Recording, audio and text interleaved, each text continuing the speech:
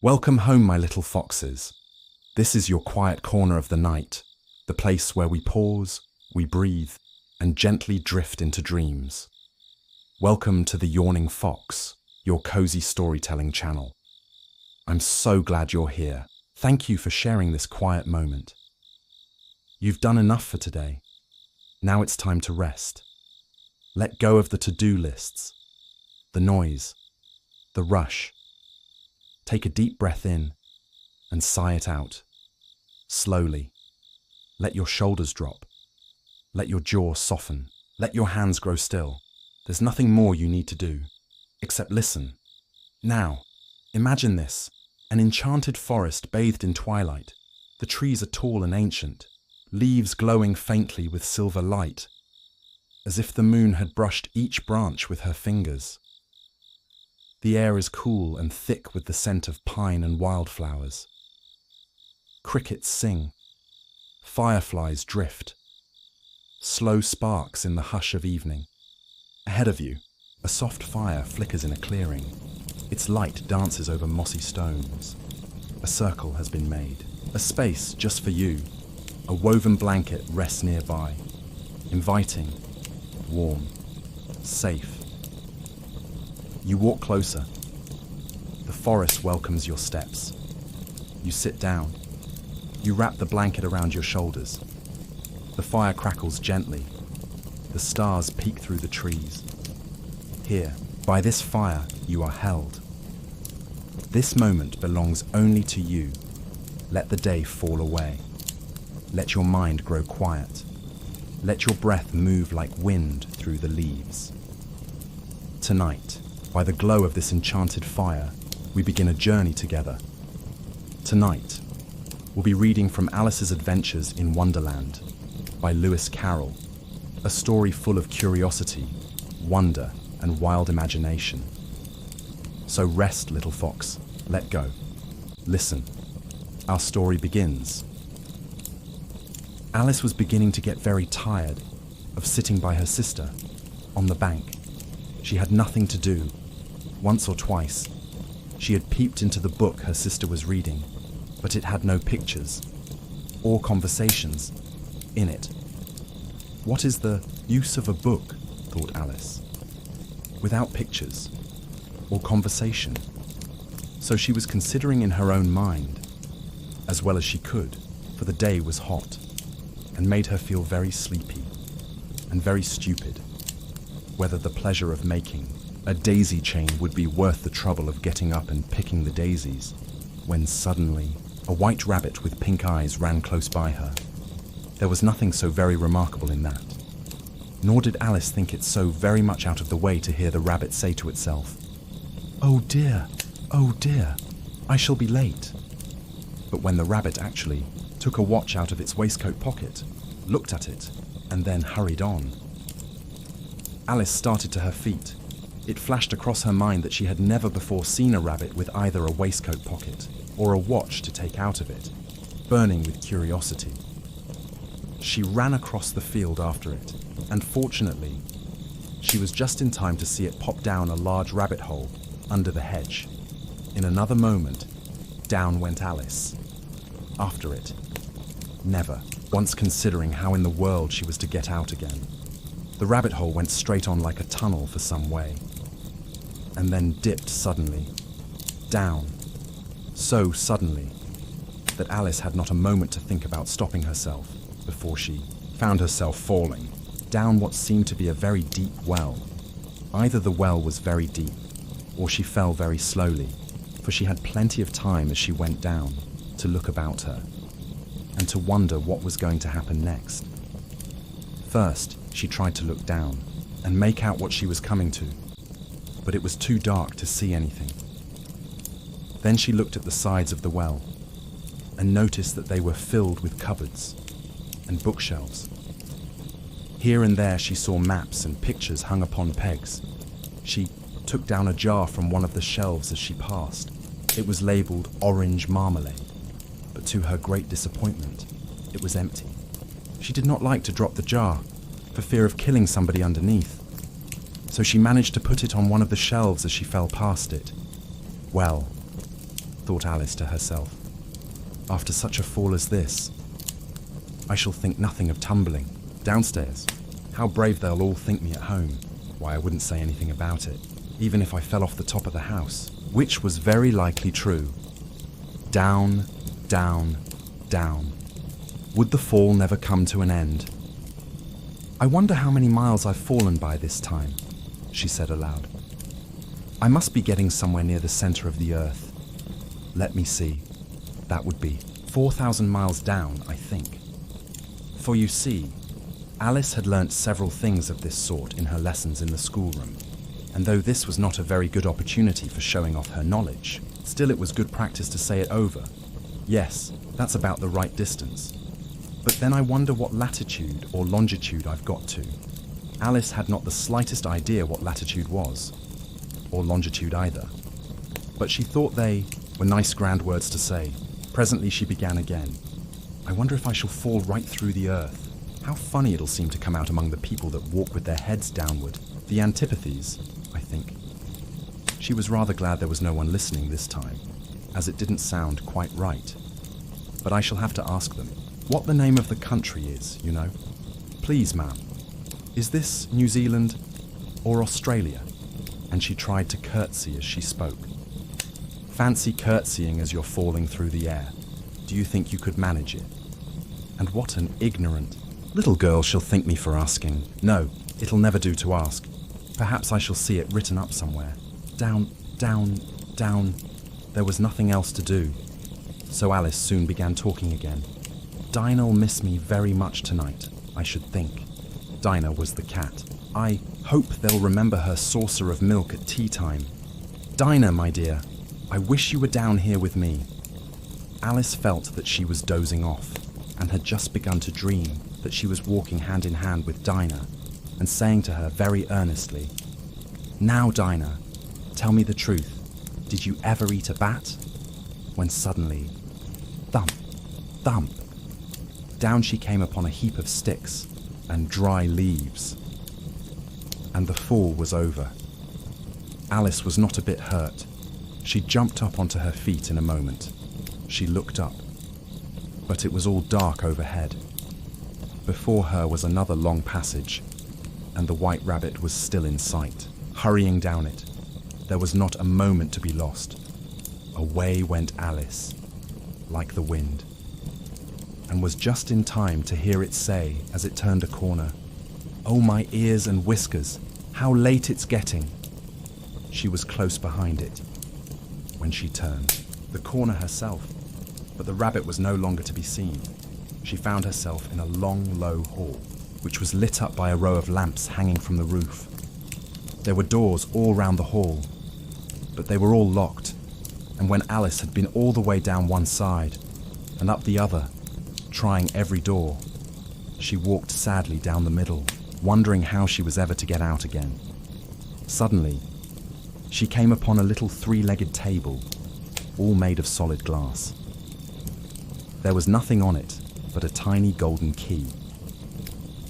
Alice's first idea was that this might belong to one of the doors of the hall, but alas, either the locks were too large or the key was too small. But at any rate, it would not open any of them. However, on the second time round, she came upon a low curtain she had not noticed before, and behind it was a little door about 15 inches high. She tried the little golden key in the lock, and to her great delight, it fitted.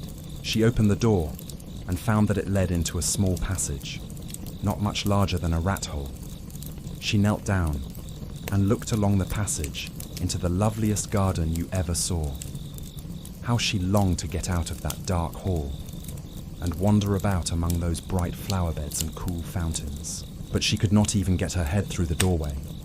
And even if my head would go through, thought poor Alice, it would be of very little use without my shoulders. Oh, how I wish I could shut up like a telescope. I think I could, if only I knew how to begin. For you see, so many out-of-the-way things had happened lately that Alice had begun to think very few things indeed were really impossible. There seemed to be no use in waiting by the little door, so she went back to the table, half hoping she might find another key on it, or at any rate, a book of rules for shutting people up like telescopes. This time, she found a little bottle on it, and this certainly was not there before. Around the neck of the bottle was a paper label with the words, "Drink me," beautifully printed on it in large letters. It was all very well to say, "Drink me," but Alice was not a bit foolish, and she would not do such a thing in a hurry. "No, I'll look first," she said, "and see whether it's marked poison or not." For she had read several nice little stories about children who had got burnt and eaten up by wild beasts and other unpleasant things, all because they would not remember the simple rules their friends had taught them, such as that a red-hot poker will burn you if you hold it too long, and that if you drink much from a bottle marked poison, it is almost certain to disagree with you, sooner or later. However, this bottle was not marked poison.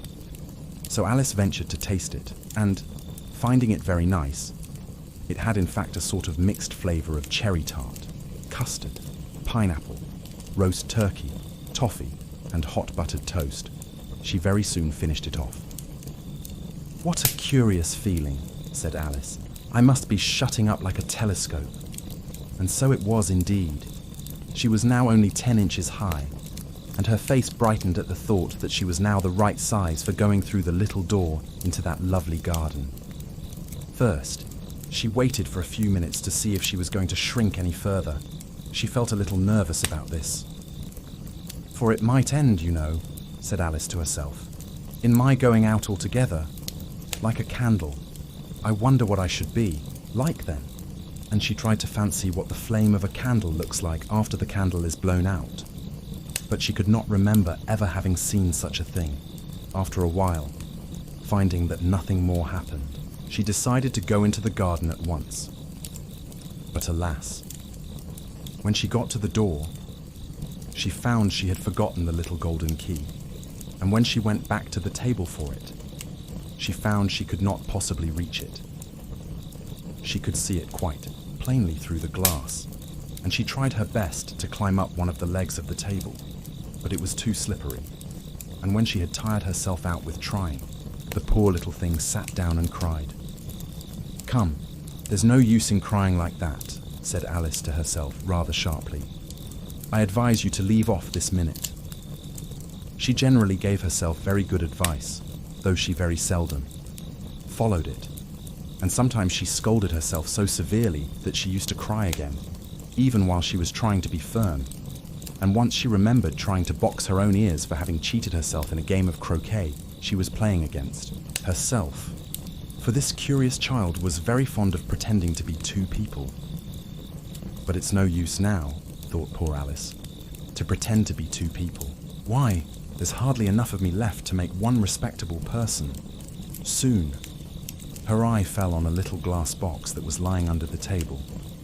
She opened it and found in it a very small cake, on which the words, "Eat me," were beautifully marked in currants. "Well, I'll eat it," said Alice, "and if it makes me grow larger, I can reach the key, and if it makes me grow smaller, I can creep under the door. So either way I'll get into the garden, and I don't care which happens." She ate a little bit, and said anxiously to herself, "Which way? Which way?" holding her hand on the top of her head to feel which way it was growing. And she was quite surprised to find that she remained the same size. So she set to work, and very soon finished off the cake. Curiouser and curiouser. Alice's voice floated like a whisper through the air, full of wonder, and surprise so great she quite forgot how to speak, properly at all. "I'm opening out," she murmured, eyes wide as saucers, like the largest telescope that ever was. She looked down, far down. Her feet were nearly out of sight, drifting away like little boats. "Oh, my poor little feet," she sighed. "I wonder who will put on your shoes and stockings now." Her voice was gentle, almost amused, as if her toes were beloved pets wandering too far from home. "I shan't be able," she decided softly. "Much too far off to bother you, I'm afraid. You'll have to manage on your own, dears." But then a thought. "Kinder. I must be good to them," she said. "Maybe a new pair of boots, every Christmas. And with that, she went on planning in her drifting, dreamy way. They'll have to travel by carrier, she imagined. How funny it'll be, sending presents to one's own feet. She giggled. Oh dear, what nonsense I'm talking. Then, bump, her head brushed against the roof above. She was tall, taller than she had ever been, more than 9 feet high. She bent down, carefully, picked up the little golden key and tiptoed, as best she could, to the tiny garden door. But oh, poor Alice, lying on her side. She could just manage to peek through with one eye. The garden was still there, but getting through, hopeless. She sat down and cried again. You ought to be ashamed of yourself, Alice whispered, as the tears slipped silently down her cheeks. A great girl like you, she scolded gently, to go on crying in this way. Stop this moment, I tell you. But she didn't stop. She couldn't. The tears kept falling, pouring out until there was a pool around her, wide and deep, 4 inches maybe, enough to reach halfway down the hall. She floated in her sadness until she heard it. Tip, tap, patter, tiny footsteps, far off, then closer. She blinked her eyes clear. What was coming? It was the White Rabbit, returning. This time, splendidly dressed, white gloves in one paw, a fan in the other, trotting quickly, muttering as he came. Oh, the Duchess! Oh, she'll be furious if I've kept her waiting. Alice, still drifting in desperation, gathered her courage. If you please, sir. Her voice was timid, soft. The rabbit stopped, as if stung. He dropped the gloves, dropped the fan, and darted away into the shadows as fast as his feet could carry him. Alice picked up what he left behind. The little white gloves and the fan. It was terribly hot in the long hall, so she fanned herself gently as her thoughts wandered aloud. Dear, dear, how queer everything is today. Yesterday was so ordinary. Have I been changed in the night? She frowned, searching her mind, trying to remember what being Alice felt like. I wonder, Alice murmured, am I the same girl who got out of bed this morning? She touched her hair, her arms, her thoughts. I almost remember feeling different. But if I'm not me, who am I? That was the puzzle. She thought of the other children she knew. I'm sure I'm not Ada, she reasoned. Her hair has long ringlets. Mine doesn't curl at all. And I can't be Mabel. She's terribly dull, doesn't know anything. And besides, she's she and I might... Oh dear. She folded her hands in her lap, like she was about to recite a lesson. Let me try to remember the things I know. She closed her eyes. 4 times 5 is 12. 4 times 6 is 13. And 4 times 7 is... Oh, I'll never get to 20 at this rate. Well, never mind the multiplication. What about geography? She furrowed her brow. London is the capital of Paris, and Paris is the capital of Rome. And Rome, she paused. No, that's not right. Something is very wrong. Her voice dropped to a whisper. I must have been changed into Mabel after all. Her heart sank. I'll have to live in that poky little house, with no toys and far too many lessons. But then she sat up straighter. No, she declared quietly. If I'm Mabel, then I'll stay down here. I won't go back. They'll call down to me. Come up again, dear. But I'll say. Her voice lowered, trembling a little. Who am I then? Tell me that first. And if I like it, maybe I'll come up. But if I don't... Her eyes shimmered again. I'll stay down here until I'm somebody else. The tears returned. I do wish they would call down. I'm so very tired of being all alone. As Alice wiped her tears, she looked down and noticed something odd. One of the rabbit's white gloves was on her hand. How did that happen? She whispered. I must be shrinking again. She walked quickly to the table, measuring herself by the leg, about 2 feet high, and still getting smaller. The fan! She dropped it at once. Just in time, she sighed. A little more, and I'd have vanished altogether. She steadied herself, hands pressed to the table's cool edge. All right, she breathed. Now for the garden. She ran, as quickly as such small legs would carry her, to the little door. But, oh no, it was shut again, and the golden key lay atop the glass table just out of reach. Her heart sank. This is worse than ever. I've never been this small before. Never. She stomped in frustration, and her foot slipped. Splash! Salt water closed around her, up to her chin. The sea, she wondered, then remembered, no. It was her own pool of tears. From when? She was 9 feet tall. I wish I hadn't cried so much. I'll drown in my own tears, won't I? That would be very strange indeed. She paddled gently, trying to keep her head above the salty water. Then, a splash, not far off. Something else was swimming. At first she thought, a walrus? A hippopotamus? But she was small now, very small. It was only a mouse, a little wet mouse, swimming like her. Should I speak to it? She wondered. Maybe it can talk. Everything else here does. Oh, mouse, she called gently. Do you know the way out of this pool? The mouse looked at her. One tiny eye winked, but it said nothing. Maybe it doesn't understand English. She thought for a moment. Perhaps it's French, from the time of William the Conqueror. She tried again. Où est ma chatte? The mouse leapt, a shiver running through its fur. Oh, I'm so sorry, Alice cried. I forgot. You don't like cats. Not like cats, squeaked the mouse, its voice sharp and trembling. Would you like cats if you were me? Perhaps not, Alice said softly. I didn't mean to upset you. She tried to comfort it. I only meant, Dinah is such a quiet, sweet thing. She purrs so nicely and licks her paws by the fire. And she's soft to hold and catches mice. Oh, I'm so sorry, she gasped. The mouse's fur was bristling. Alice tried again. No more cats, I promise. What about dogs? Silence. Still paddling beside her.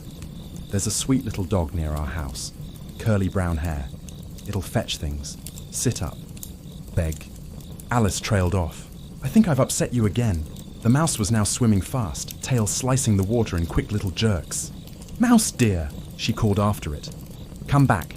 No more cats, no more dogs. The mouse paused, turned slowly.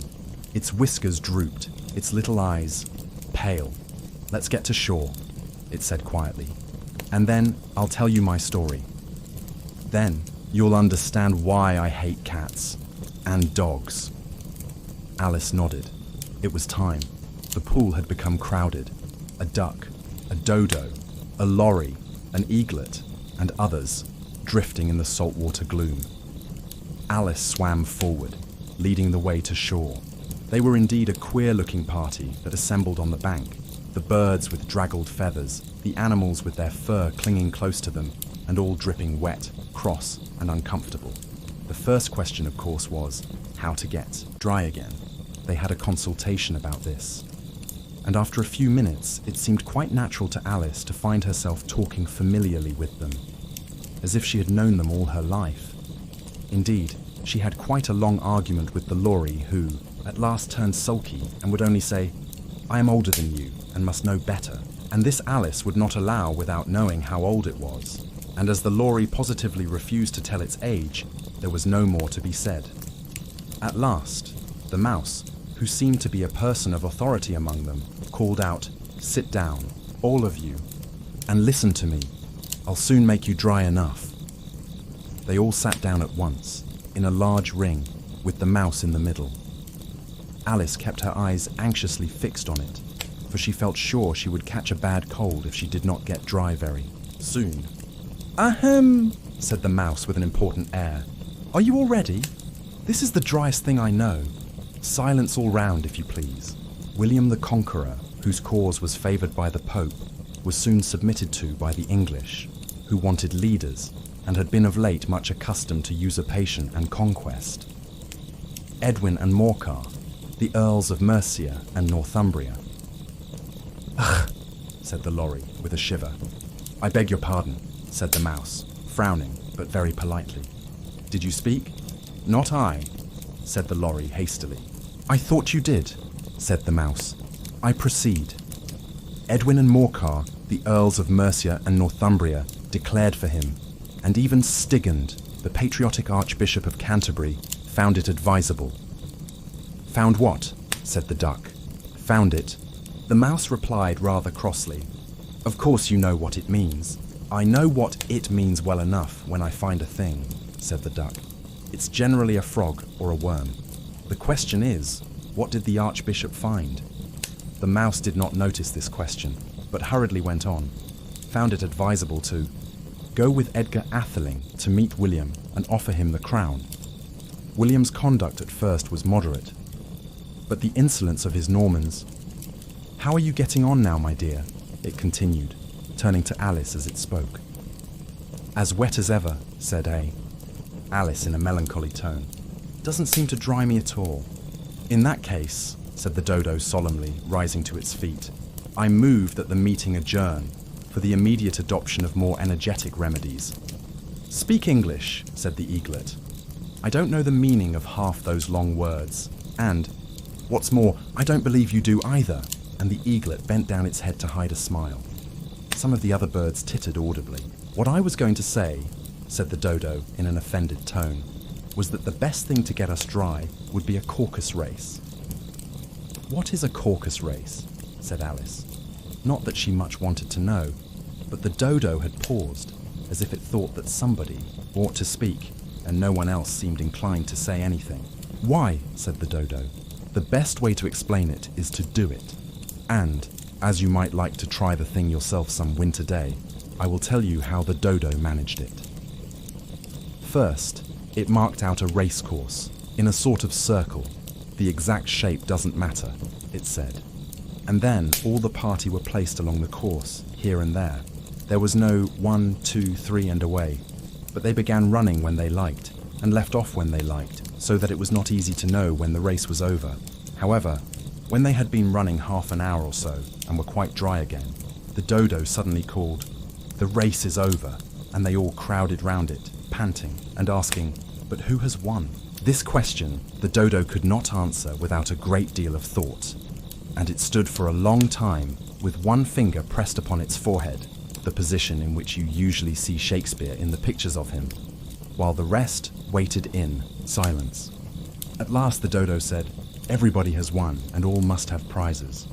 'But who is to give the prizes?' quite a chorus of voices asked. 'Why, she, of course,' said the dodo, pointing to Alice with one finger, and the whole party at once crowded round her, calling out in a confused way, 'Prizes! Prizes!'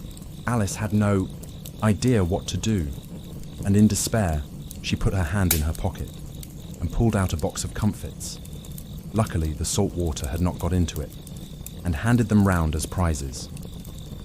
There was exactly one apiece all round. They all crowded round it, panting, and asking, 'But who has won?' 'But she must have a prize herself, you know,' said the mouse. 'Of course,' the dodo replied very gravely. 'What else have you got in your pocket?' It went on, turning to Alice. 'Only a thimble,' said Alice sadly. 'Hand it over here,' said the dodo. Then they all crowded round her once more, while the dodo solemnly presented the thimble, saying, 'We beg your acceptance of this elegant thimble.' And, when it had finished this short speech, they all cheered. Alice thought the whole thing very absurd, but they all looked so grave that she did not dare to laugh. And, as she could not think of anything to say, she simply bowed and took the thimble, looking as solemn as she could. The next thing was to eat the comfits. This caused some noise and confusion, as the large birds complained that they could not taste theirs, and the small ones choked and had to be patted on the back. However, it was over at last, and they sat down again in a ring and begged the mouse to tell them something more.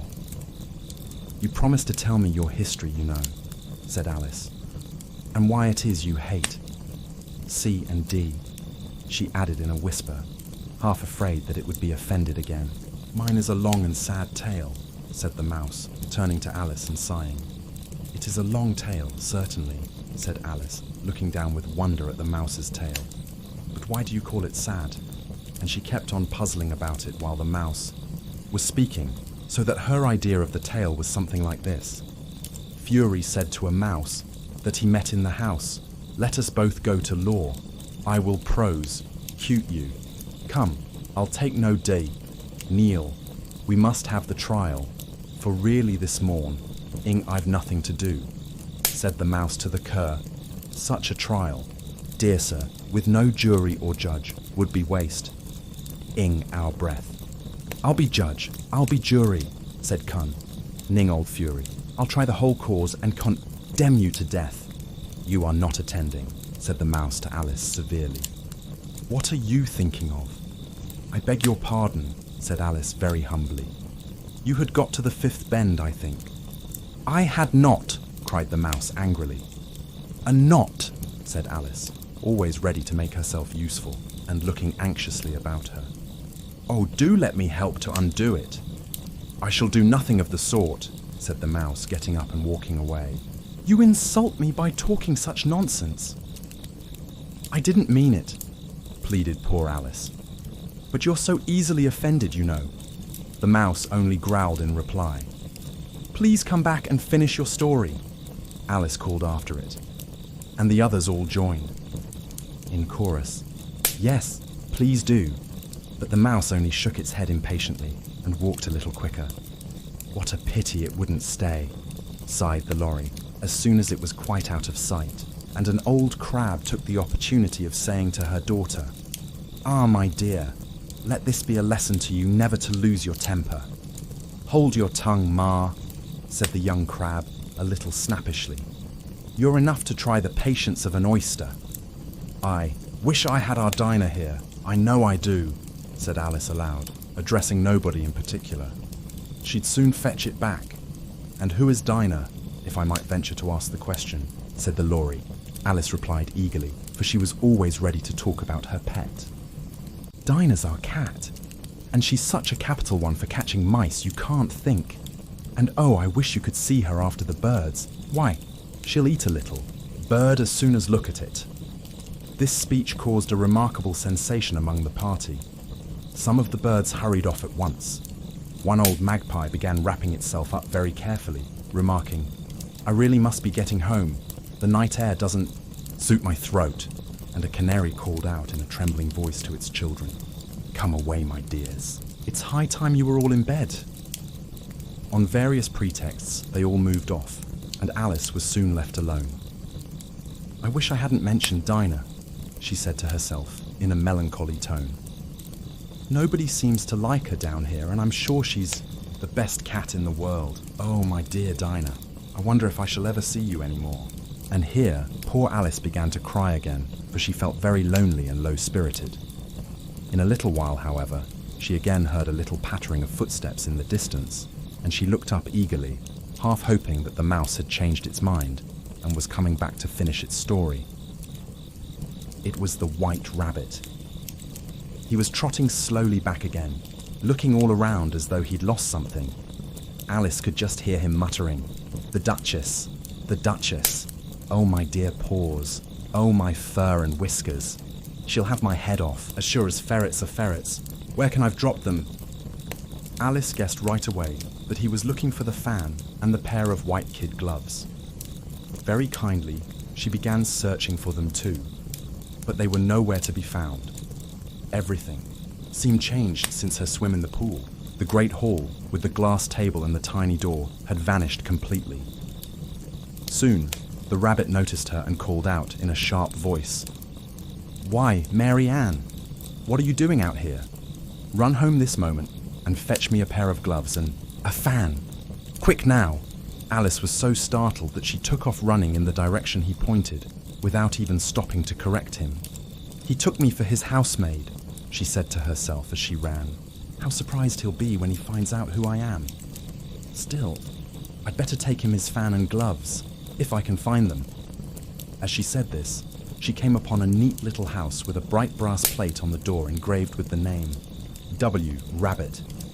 She went in without knocking and hurried upstairs, nervously hoping she wouldn't bump into the real Mary Ann and be thrown out before she'd found what she needed. "How strange it feels," Alice whispered to herself. "Doing errands for a rabbit. I suppose Dinah will be sending me on errands next." She imagined it. "Miss Alice, come here this moment and get ready for your walk." "Coming, nurse, but I must watch this mouse hole till Dinah gets back and make sure the mouse doesn't escape. Though," thought Alice, "I don't think they'd let Dinah stay in the house if she started giving out orders like that." By now, she had found a tidy little room with a table set in the window, and on it, just as she had hoped, was a fan and 2 or 3 pairs of tiny white kid gloves. She picked up the fan and a pair of gloves and was just turning to leave when her eyes fell upon a little bottle standing next to the mirror. There was no label this time with the words, "Drink me," but still. Alice uncorked it and brought it to her lips. "I know something interesting is sure to happen," she said to herself. "Whenever I eat or drink anything, something happens. Maybe this will make me grow large again. I'm really quite tired of being so very small." And sure enough, it did, much faster than she expected. Before Alice had even finished half the bottle, she began to grow. Very quickly, her head rose up higher and higher until it pressed gently against the ceiling. She had to stoop down, tilting her head to one side, just to keep from bumping it too hard. "Oh dear," she said quietly, setting the bottle down in a hurry. "That's quite enough. I do hope I don't grow any more."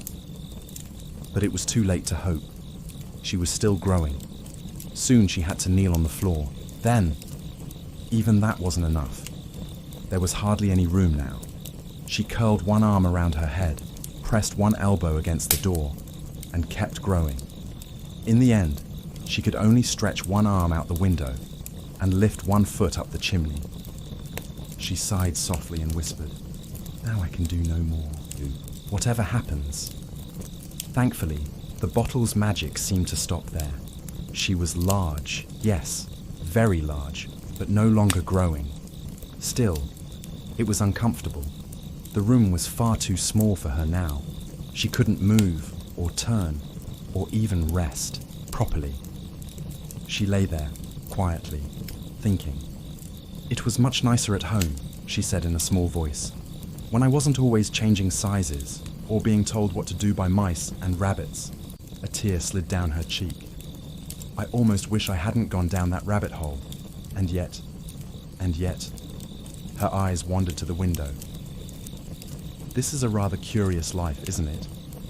When I used to read fairy tales, I thought such things never really happened. But here I am, right in the middle of one." She paused. "There ought to be a book about me, I think. Yes, that there ought. And when I grow up, I'll write one."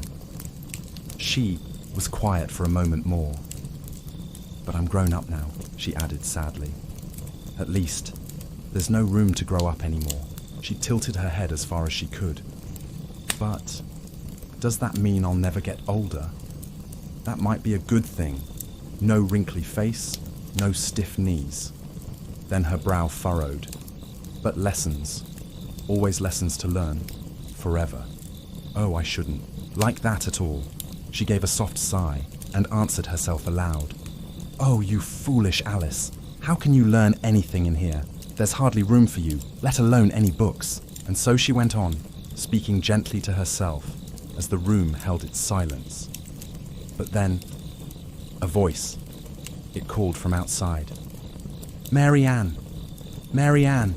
Fetch me my gloves this moment." There were footsteps on the stairs, quick, pattering sounds. Alice trembled.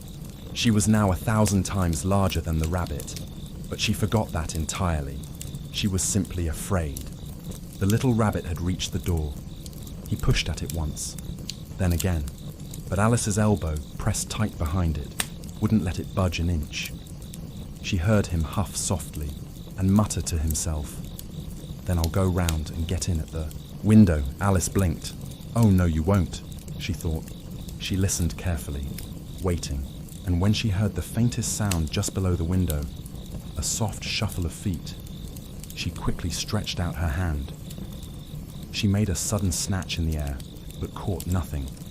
Still, there was a tiny shriek, a thump, and the sound of glass breaking.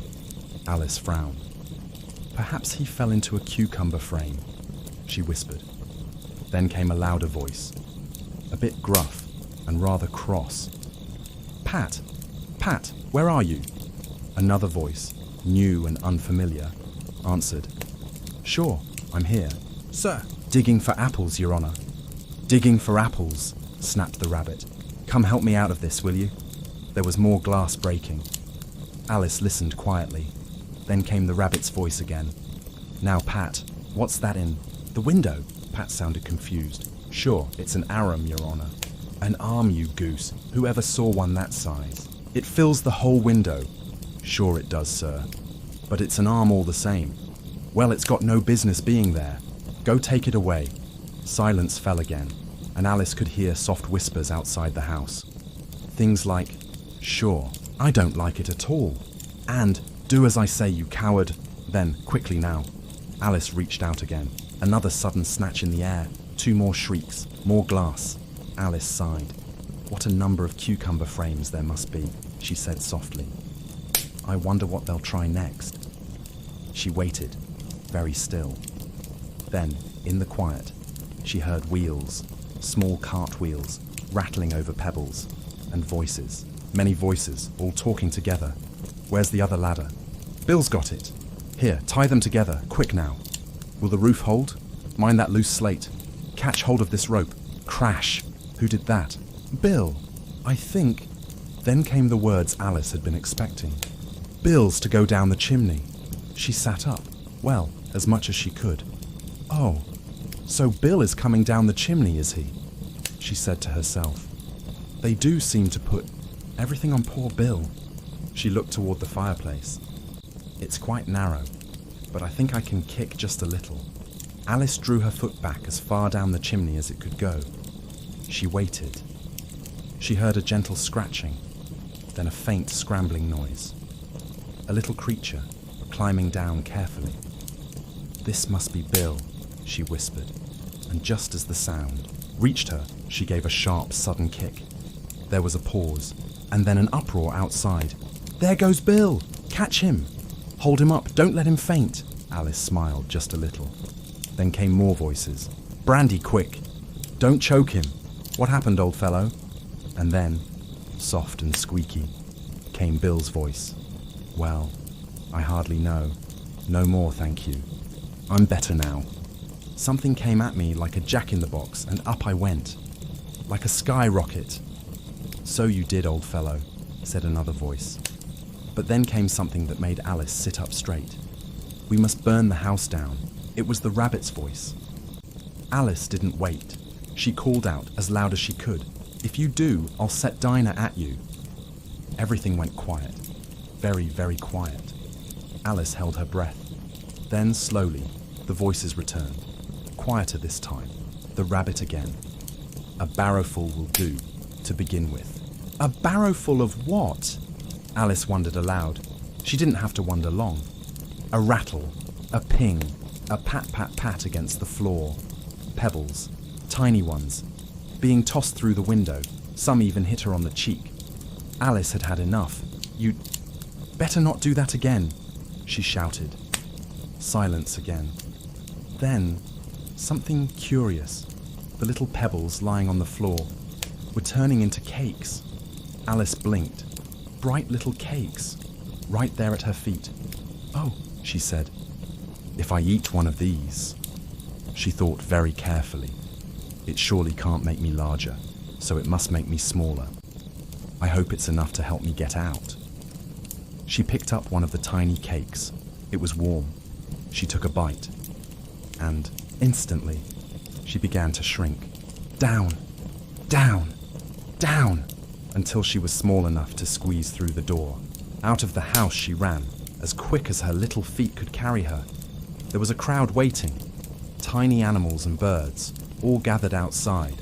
Right in the middle, propped up by 2 guinea pigs, was poor little Bill the lizard. They were helping him sip from a small bottle, and everyone turned as Alice appeared. But she didn't wait. She darted into the woods, branches brushing past her, soft leaves underfoot. Safe. For now. She slowed to a walk, catching her breath. The first thing I've got to do, she said to herself, is grow back to my right size. And the second is to find that lovely garden. It sounded like a good plan. Only she didn't know how to start. She looked around. Green trees, swaying gently, soft ferns, tiny mushrooms, sunlight peeking through. And then, a sharp little bark overhead. She looked up. An enormous puppy with round brown eyes was staring down at her from above. It lifted one big paw, as if trying to play. Poor little thing, Alice whispered, though she trembled a little. It was rather big, maybe even hungry. She picked up a stick and held it out with a shaky hand. The puppy jumped, all 4 paws off the ground, and landed with a thump, tail wagging furiously. It barked. It ran after the stick.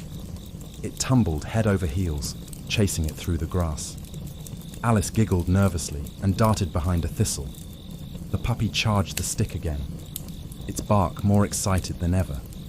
Back and forth it ran, snuffling and leaping, until at last it sat down, tongue hanging out, panting happily. Now was her chance. Alice tiptoed away, slowly at first, then faster and faster.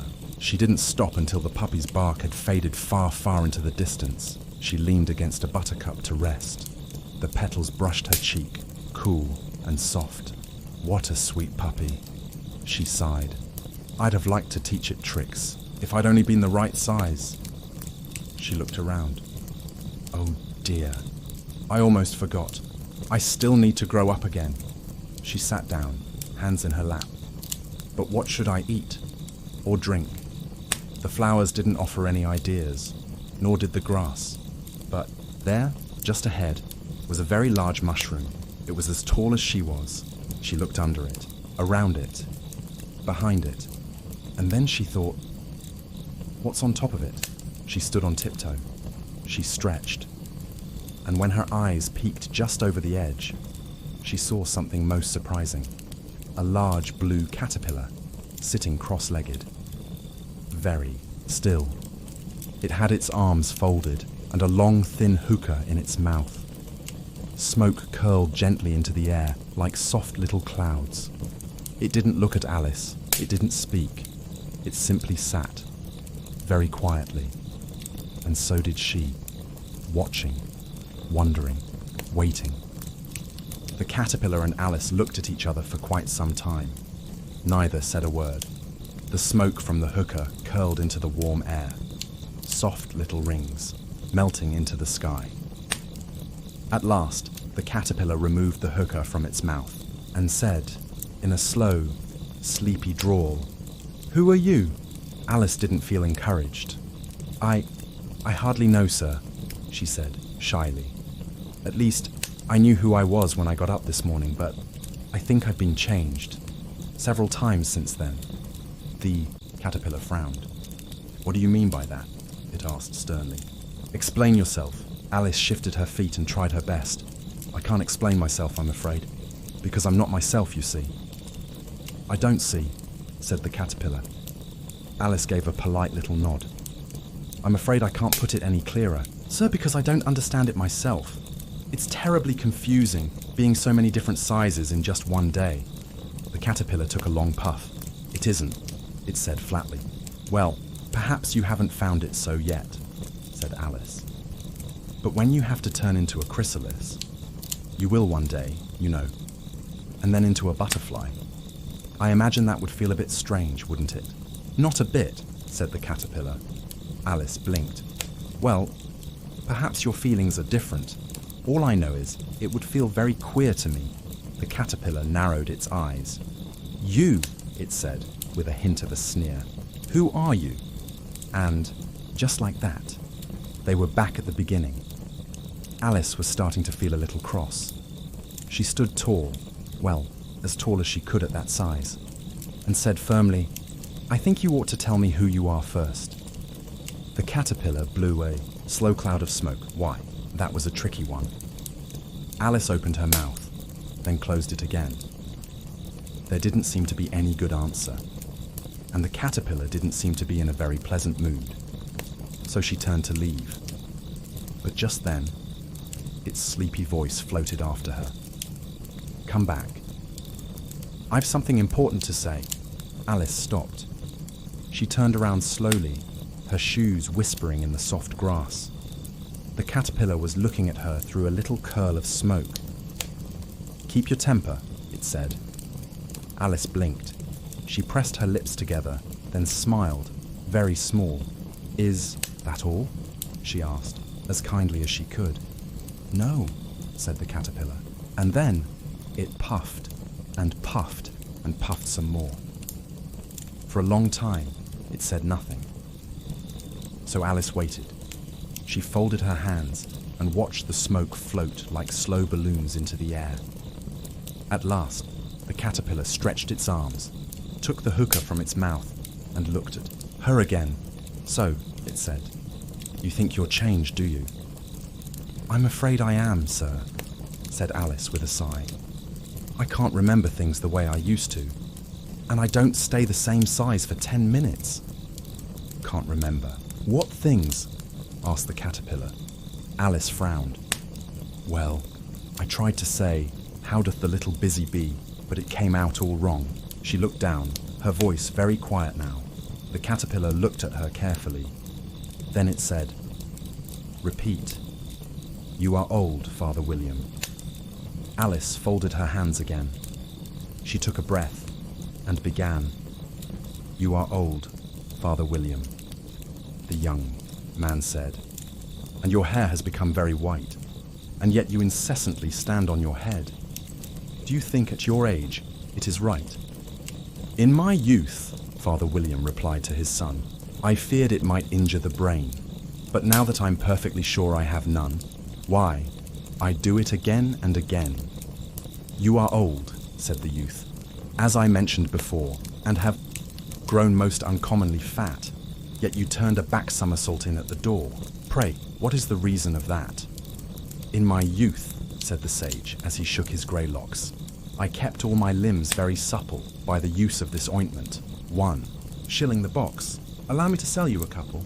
"You are old," said the youth, "and your jaws are too weak for anything tougher than sweat. Yet you finished the goose with the bones and the beak. Pray, how did you manage to do it?"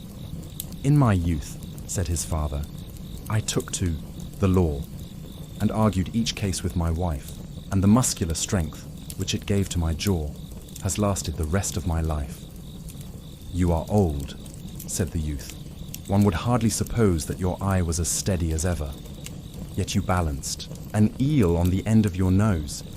What made you so awfully clever?"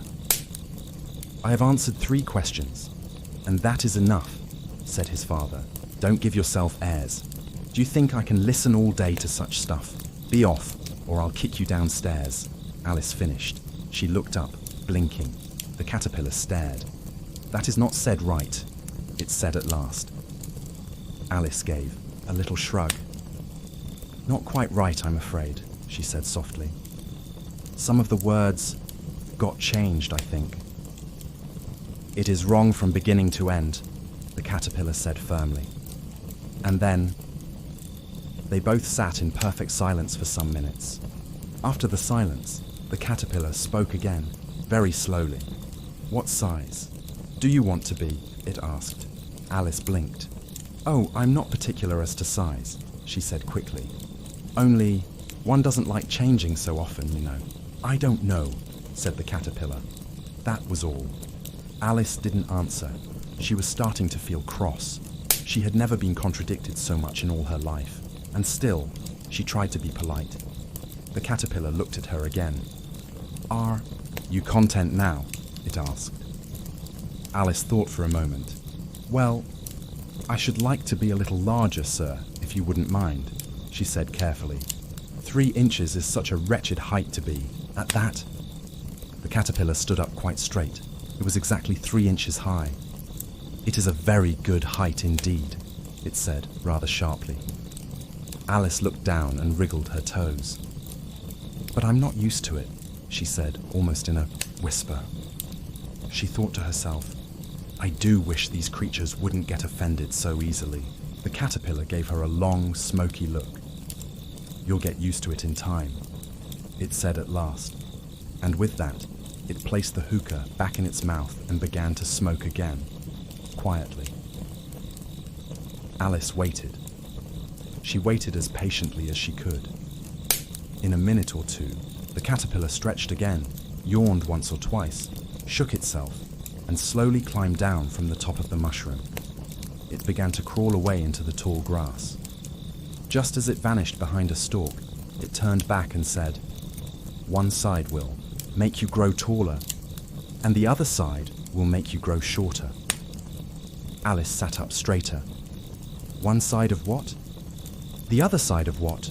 she asked aloud. But the caterpillar was already gone. And then, from somewhere far away in the leaves, its voice came floating back. Of the mushroom. And then silence. Alice stared at the mushroom. It was round. Very round. No corners, no clear sides. "Which is which?" she whispered.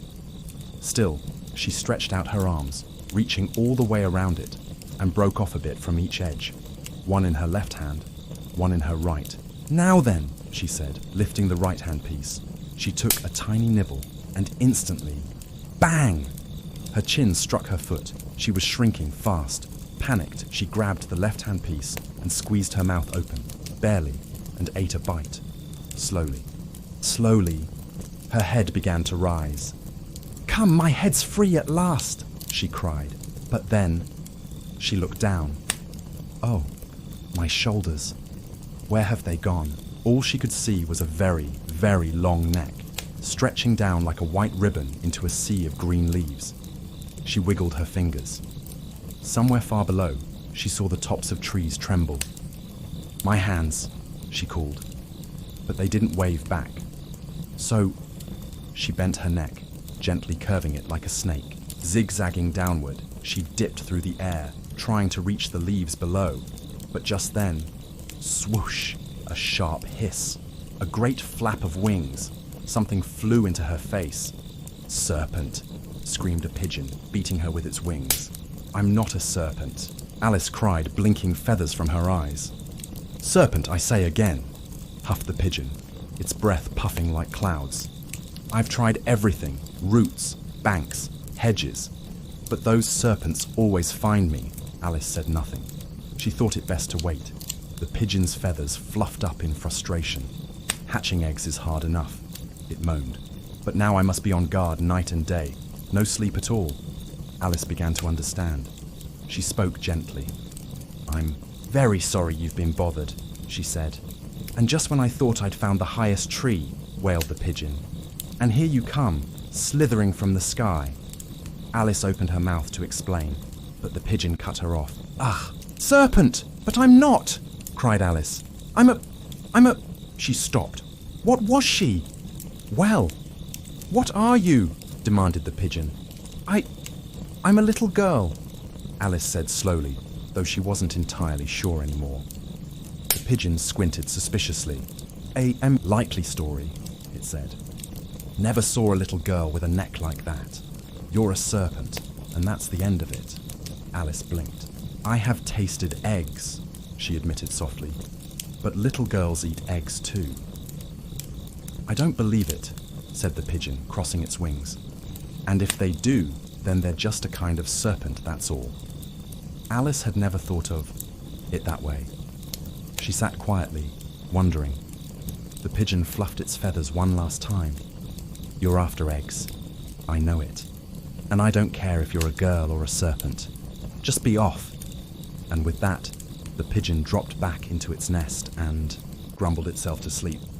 Alice crouched down among the trees, doing her best not to tangle her long, winding neck in the branches. Every now and then, she had to stop, untwist herself. and sigh. Then she remembered. The mushroom. She still held the two bits, one in each hand, very, very carefully. She nibbled from one side, then the other. She grew a little taller, then a little shorter, then a bit taller again, like a seesaw in slow motion.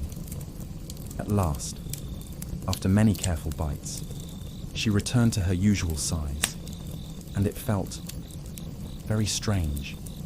She hadn't been this height in quite a long time, but soon it began to feel normal again, like putting on a pair of favorite shoes after they've been missing.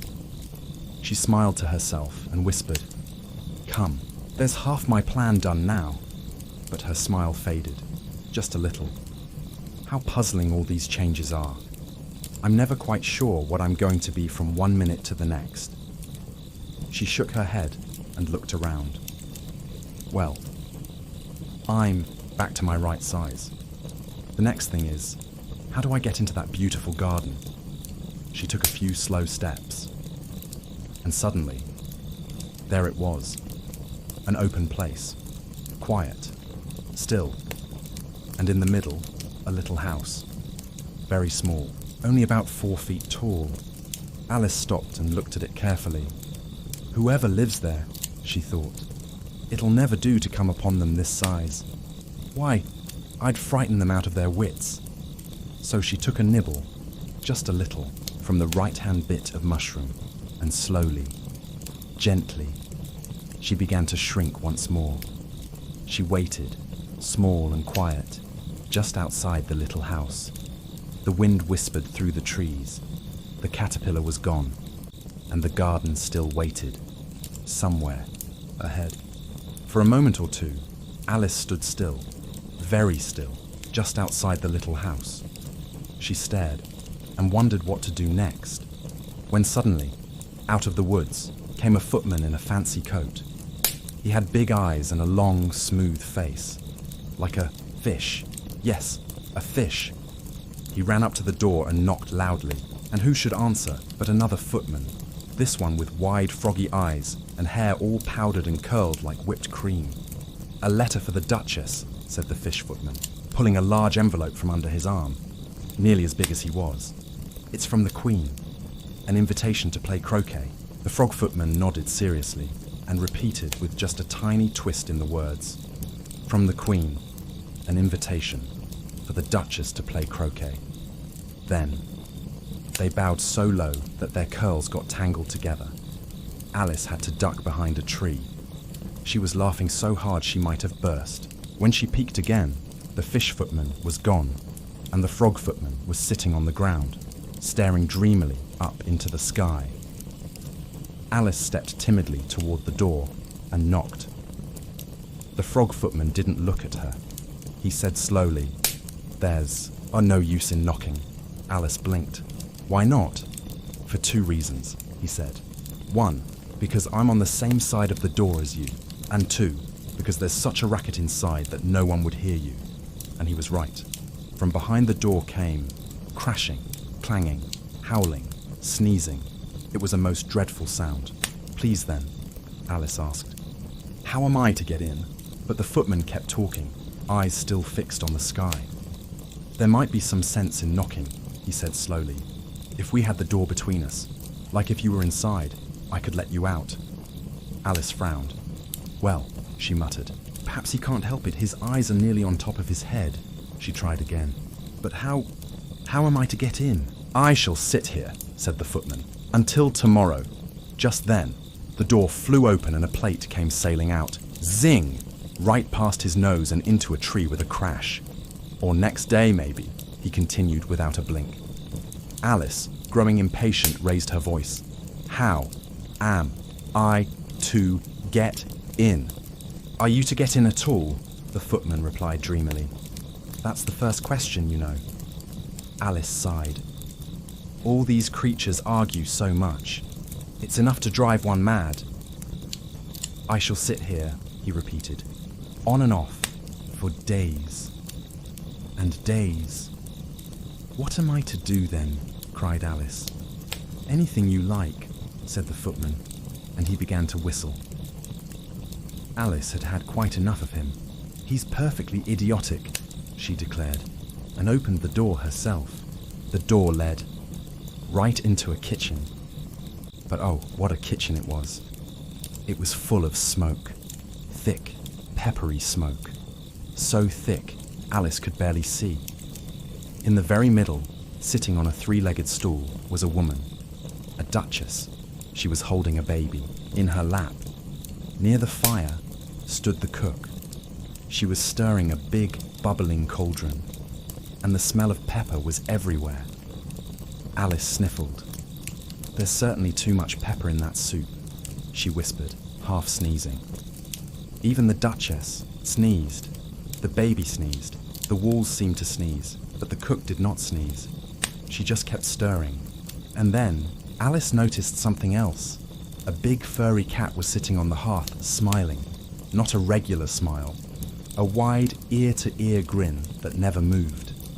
Very politely, Alice tiptoed a little closer and asked, "Would you tell me, please, why your cat grins like that?" The duchess didn't look up. She just barked, "It's a Cheshire cat, that's why." "Pig!" Alice jumped, but the duchess wasn't yelling at her. She was yelling at the baby. Alice swallowed and asked, "I didn't know Cheshire. Cats always grinned. In fact, I didn't know cats could grin at all." "They all can," grunted the duchess, "and most of them do." "I don't know any that do," said Alice kindly, feeling rather proud of her good manners. "You don't know much," snapped the duchess. And that's a fact. Alice didn't like that one bit.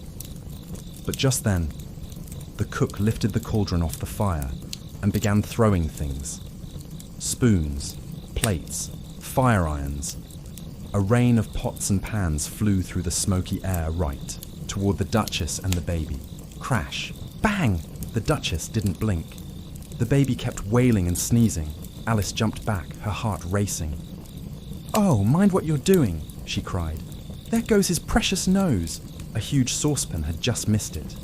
"If everybody minded their own business," the duchess grumbled, "the world would go round faster than it does." "That wouldn't be an advantage," said Alice quickly, happy to show off a little. "Just imagine what confusion it would cause with day and night. The earth takes 24 hours to turn." "Talking of axes," interrupted the duchess. "Chop off her head." Alice froze. She glanced at the cook, but the cook was back to her soup, not paying attention. So Alice decided to try again, nervously. 24 hours, I think. Or is it 12? Oh, don't bother me," snapped the duchess.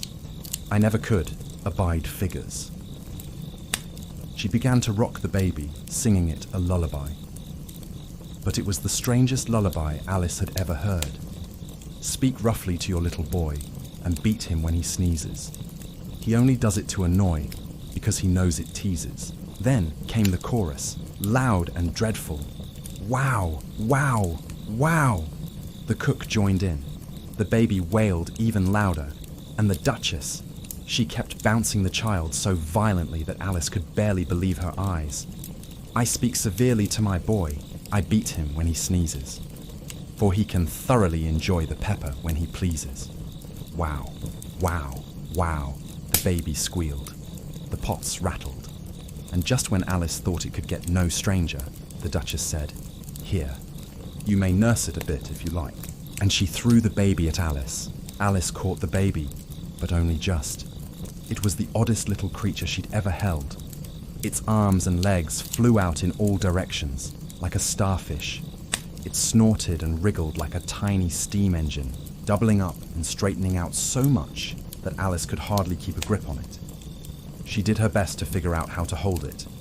Finally, she twisted it gently into a sort of knot and kept a tight hold of its right ear and left foot. That seemed to work. Out of the smoky kitchen they went, into the fresh air.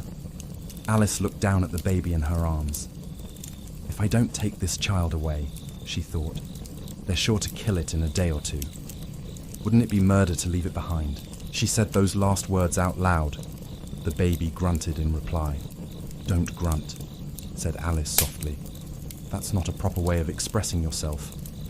But it grunted again. Alice peered closely at its face.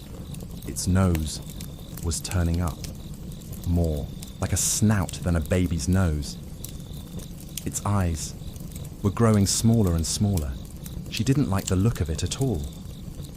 Maybe it's just sobbing, she thought. She looked into its eyes to check. No tears. Only that snorting, grunting sound. She held it closer. "If you're going to turn into a pig, my dear," she said firmly, "I'll have nothing more to do with you. Mine now." The creature snorted again, louder. Alice sighed. They walked on for a little while in quiet. But then, grunt. It was no use pretending anymore. The thing in her arms was not a baby. It was a pig. A little pink piglet. And it looked much more comfortable now. So Alice bent down, set the little pig gently on the ground, and watched as it trotted happily away into the wood. She felt quite relieved. If it had grown up, she said to herself, it would have made a dreadfully ugly child. But it makes rather a handsome pig, I think.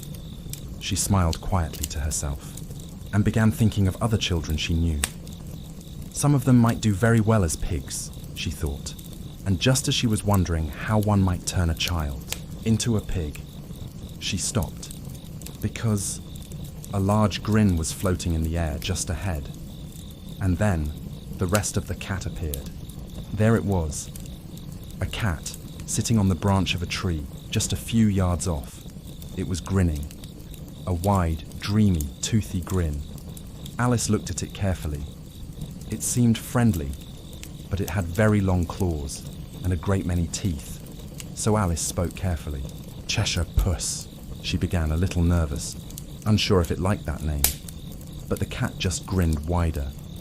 "Come, it's pleased," thought Alice. She tried again. "Would you tell me, please, which way I ought to go from here?" The cat stretched lazily. "That depends a good deal on where you want to get to," it purred, Alice thought. "I don't much care where," she said. "Then it doesn't matter which way you go," said the cat. "So long as I get somewhere," Alice added. "Oh, you're sure to do that," said the cat, "if you only walk long enough." That seemed true, but not very helpful. So Alice tried another question. "What sort of people live about here?" The cat raised one paw and waved it lazily to the right. "In that direction lives a hatter," it said. Then it waved the other paw to the left, "and in that direction lives a March hare. Visit either you like. They're both mad." Alice wrinkled her brow. "But I don't want to go among mad people," she said. "Oh, you can't help that," said the cat. "We're all mad here. I'm mad. You're mad." "How do you know I'm mad?" Alice asked. "You must be," said the cat, "or you wouldn't have come here." Alice didn't think that proved anything at all, but the cat went on anyway. "To begin with," it said, "a dog's not mad. You agree?" "I suppose so," said Alice. "Well," said the cat, "a dog growls when it's angry and wags its tail when it's pleased. Now I growl when I'm pleased and wag my tail when I'm angry. Therefore I'm mad." Alice tilted her head. "I call it purring, not growling," she said. "Call it what you like," said the cat.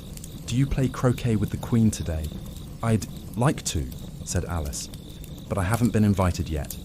"You'll see me there," said the cat, and vanished. Alice was not much surprised. Not anymore.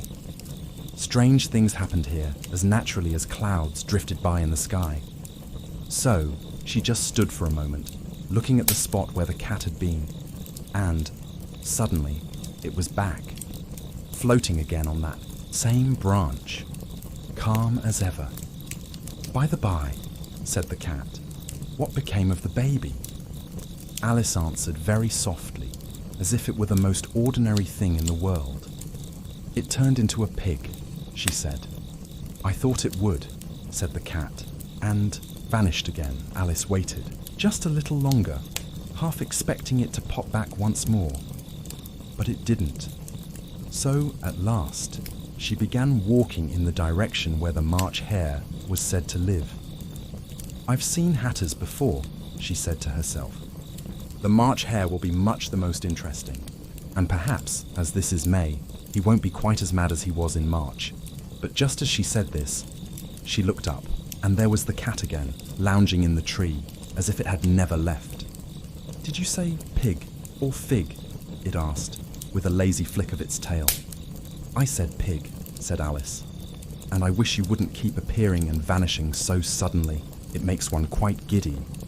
"All right," said the cat. And this time, it vanished very slowly. First the tail, then the paws, then the body, until only the grin remained, floating like moonlight in the leaves. Alice stared. "Well, I've often seen a cat without a grin," she whispered. "But a grin without a cat, it's the most curious thing I ever saw." She didn't have long to wonder, though. Not far ahead, she saw it. A very strange house. She knew at once. The March Hare lived there. Its chimneys were shaped like ears, and the roof was thatched with fur. It looked rather large, so Alice paused. She nibbled a little of the left-hand mushroom again, until she was just the right size, about 2 feet tall. Then carefully, curiously, timidly, she walked toward the door, murmuring to herself, "Suppose it is raving mad after all. I almost wish I'd gone to see the Hatter instead." There was a table set out under a tree in front of the house. At it sat the March Hare and the Hatter, having tea. Between them was a dormouse, fast asleep. The other two were using it as a cushion, resting their elbows on it and talking over its head. Very uncomfortable for the dormouse, thought Alice. Only, as it's asleep, I suppose it doesn't mind. The table was quite large, but the three of them were all huddled together at one corner. And when they saw Alice approaching, they shouted out, "No room, no room, there's plenty of room," said Alice indignantly, and she plopped herself down in a large armchair at one end of the table. "Have some wine," the March Hare said cheerily.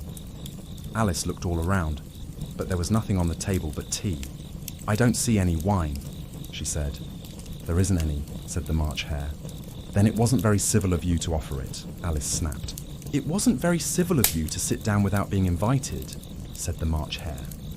"I didn't know it was your table," Alice retorted. "It's laid for a great many more than 3. The Hatter, who had been staring at her curiously, finally spoke for the first time. "Your hair wants cutting." Alice's eyes flashed. "You should learn not to make personal remarks," she said, with some severity. "It's very rude."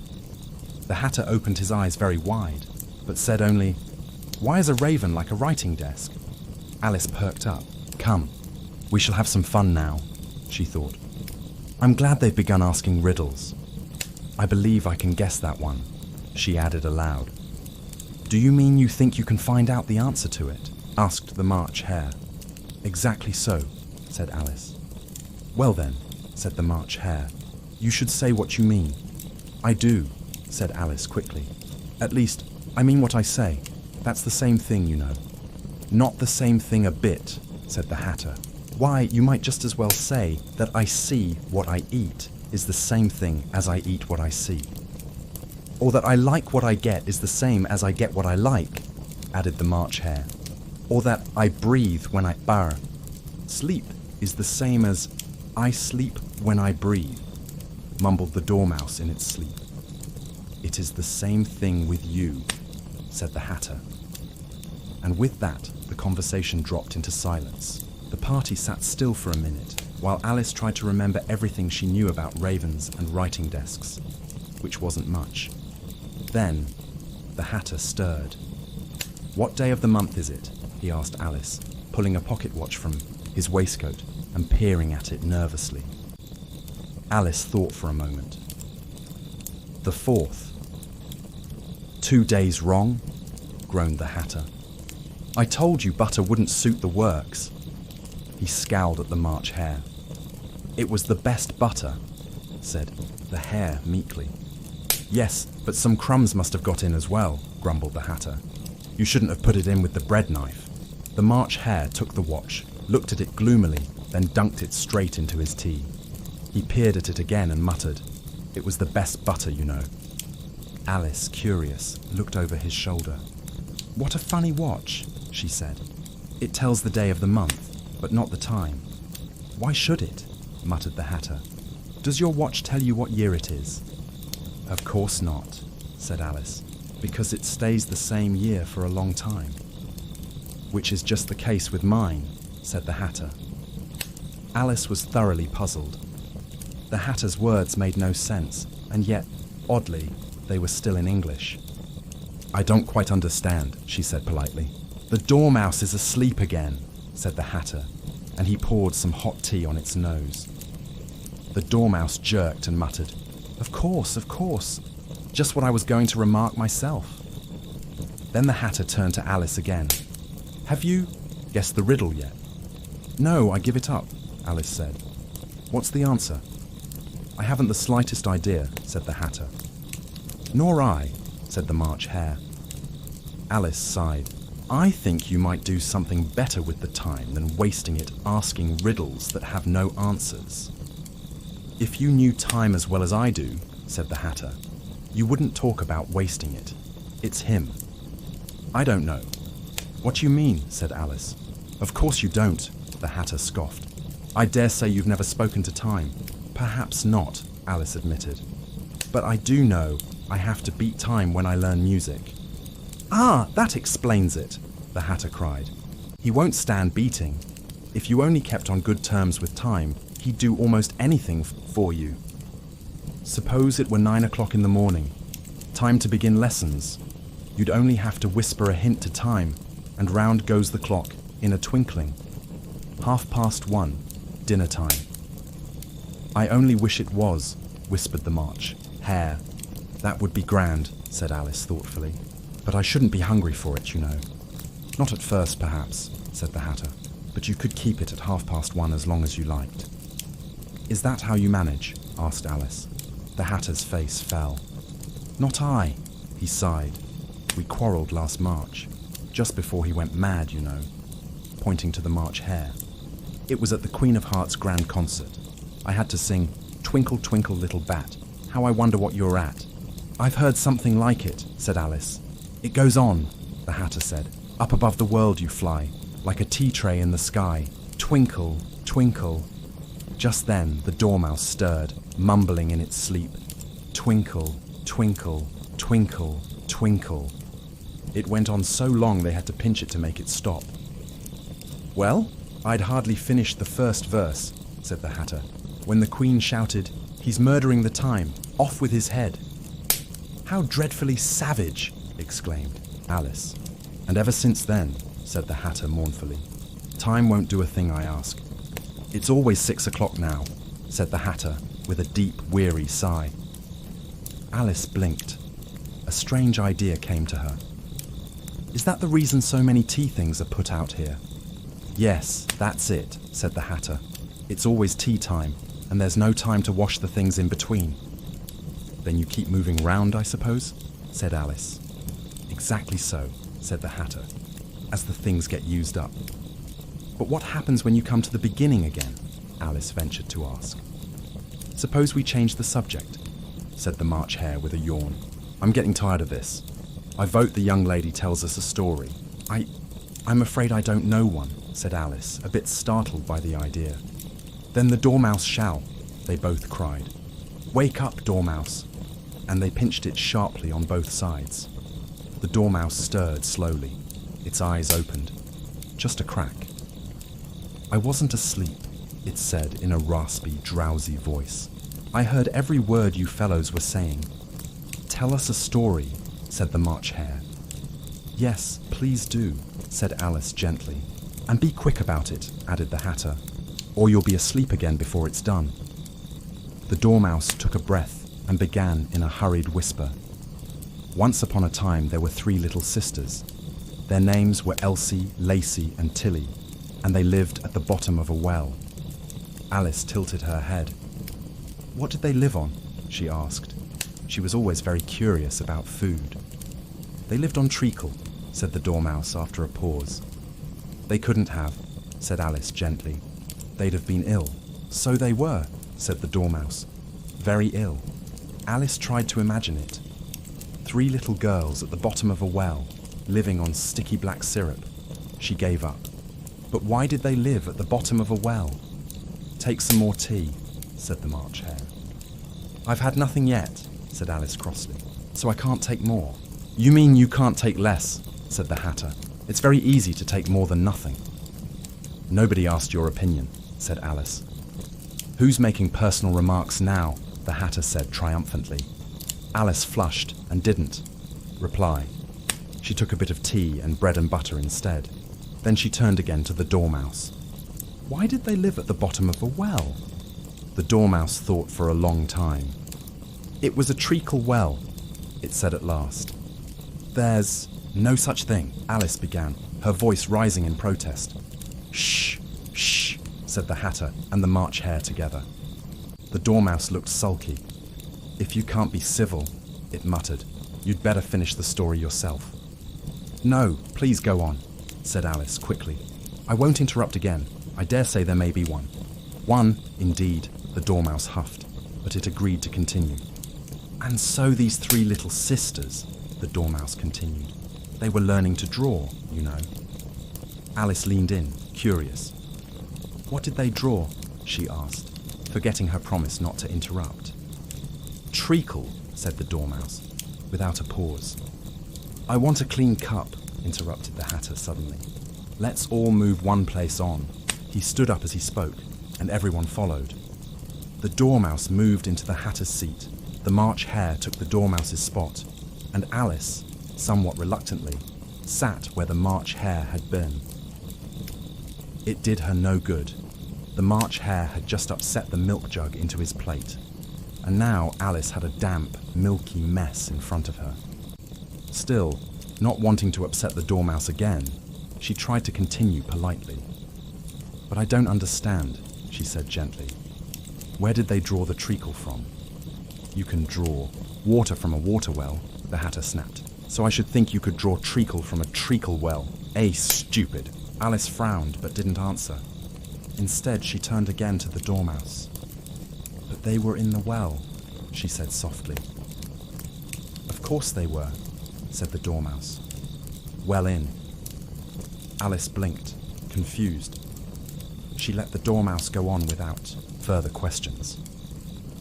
They were learning to draw, it repeated, yawning and rubbing its eyes. And they drew all manner of things, everything that begins with an M. Why with an M? Asked Alice. Why not? Said the March Hare. Alice had no reply to that. She folded her hands quietly. The Dormouse had now closed its eyes. Its head lolled to the side. The Hatter, noticing, reached over and pinched it. Yow! The Dormouse yelped, waking with a start. Everything that begins with M, it muttered again, like mousetraps, the moon, memory, and muchness. You know, you say things are much of a muchness. It looked at Alice seriously. Did you ever see such a thing as a drawing of a muchness? Alice, now completely baffled, replied slowly, Really, now you ask me. I don't think... Then you shouldn't talk, snapped the Hatter. That was too much for Alice. She stood up in a huff, face flushed. This is the stupidest tea party I ever was at in all my life, she declared, and marched off. The Dormouse slumped over and fell asleep immediately. Neither the Hatter nor the March Hare paid her any attention. Alice looked back once or twice, half hoping they might call her back. But the last thing she saw was the two of them trying to stuff the Dormouse into the teapot. Alice walked away, brushing crumbs from her skirt, her face still flushed from the nonsense she had just endured. At any rate, I'll never go there again, she huffed aloud. It's the stupidest tea party I ever was at in all my life.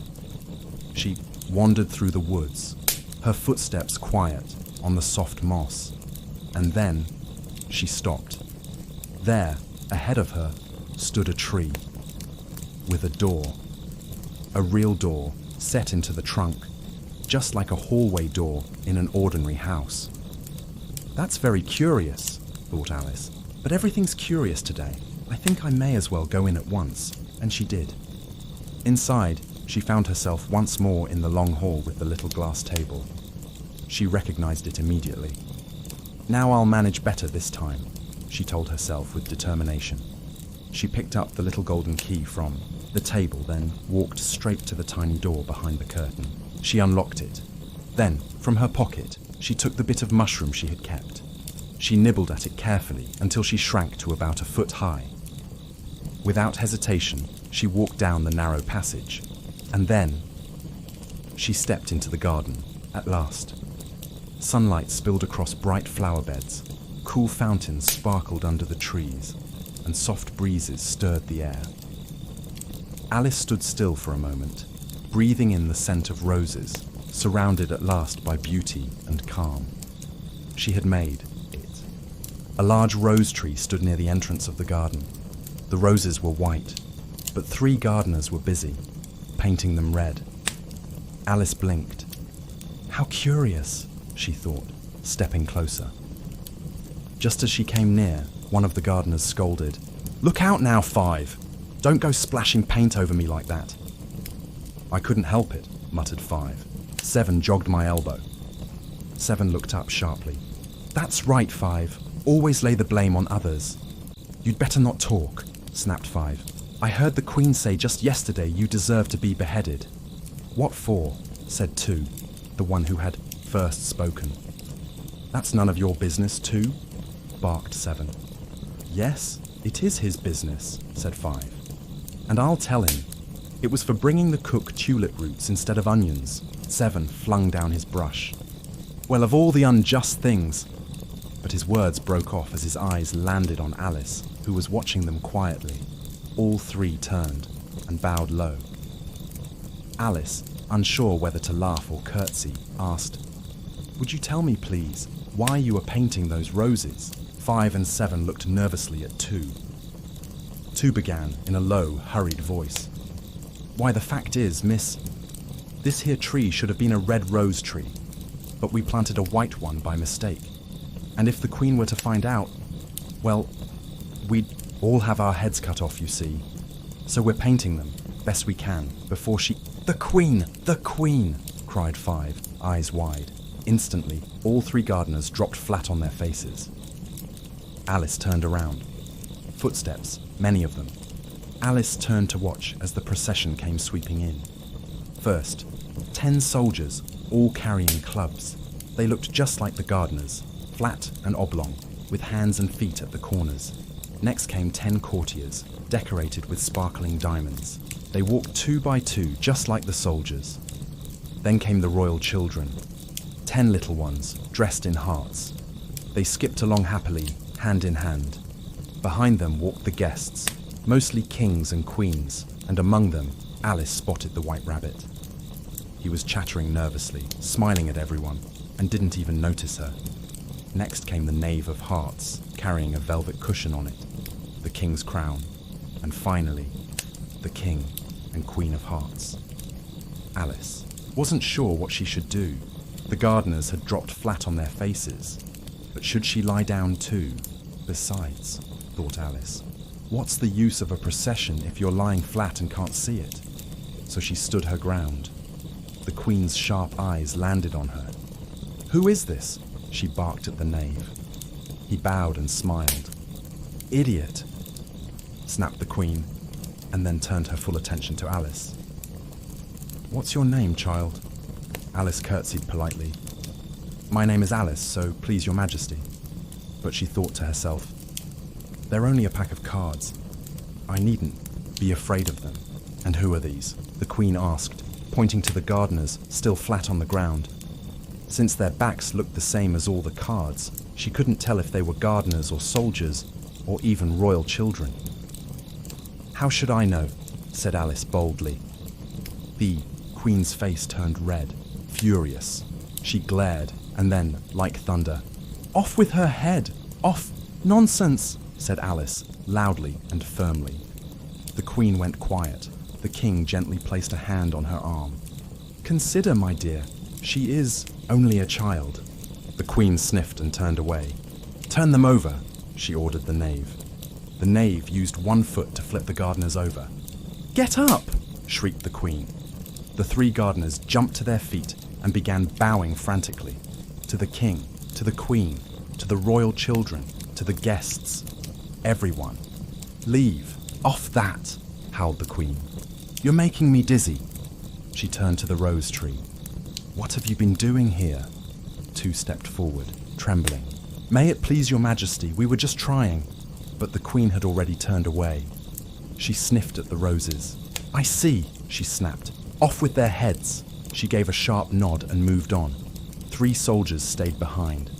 Their job, carry out the Queen's command. The gardeners, terrified, rushed to Alice. You shan't be beheaded, said Alice.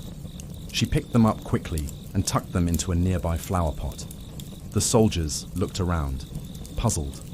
After a minute or two, they shrugged and quietly marched after the procession. Are their heads off? Shouted the Queen. Their heads are gone, if it please your Majesty, the soldiers called back.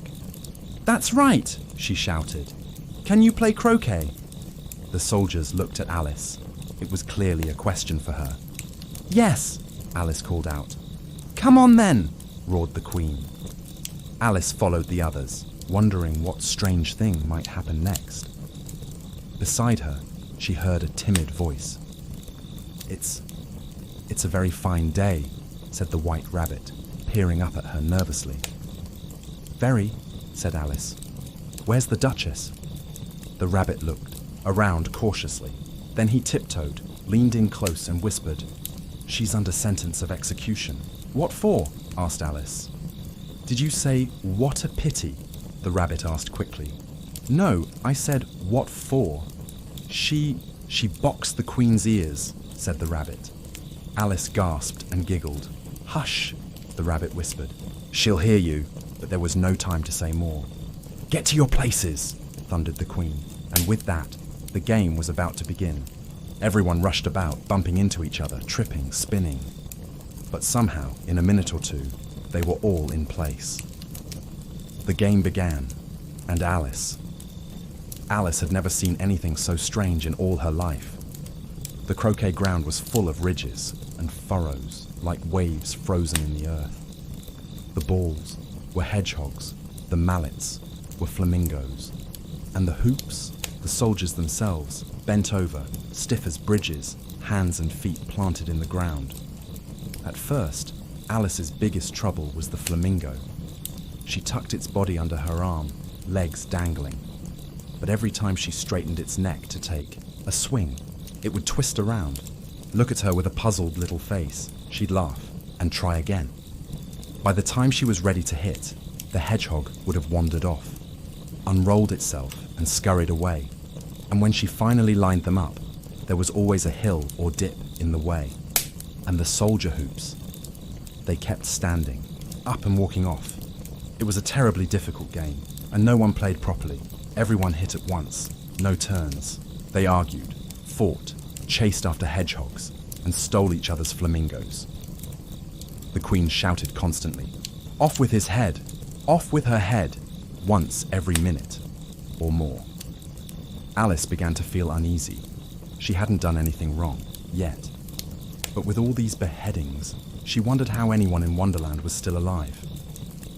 She looked around. Could she escape? Quietly. Just then, something shimmered in the air. A grin. That's all, floating alone. Alice watched, and slowly, bit by bit, the Cheshire Cat appeared. "How are you getting on?" asked the cat, its mouth wide and lazy. Alice waited. The eyes came next, then a head. She smiled. At last, someone to talk to. She gently laid her flamingo down and began to whisper about the game. The cat listened, only a head, hovering in the air like a moon. "They don't play fair at all," she said. "Everyone is shouting and fighting and stealing hedgehogs, and no one takes turns, and the hoops walk away, and the Queen's hedgehog ran off just when I was about to hit it." The Cheshire Cat just grinned wider. "How do you like the Queen?" it asked, low. Alice opened her mouth to reply. "Not at all. She's so But she stopped. The Queen was standing right behind her, so instead she smiled sweetly. Extremely likely to win. Hardly worth finishing the game. Queen smiled, pleased, and moved on. Then came the king. He eyed the floating cat head with unease. "Who are you talking to?" "It's a friend of mine," said Alice. "A Cheshire cat. Would you like to meet it?" The king looked nervous. "I don't like the look of it at all, though it may kiss my hand if it likes." "I'd rather not," said the cat, grinning still. The king gasped. "Don't be impertinent, and don't look at me like that." He stepped behind Alice. "A cat may look at a king," said Alice calmly. "I've read that somewhere, but I can't remember where." The king turned red.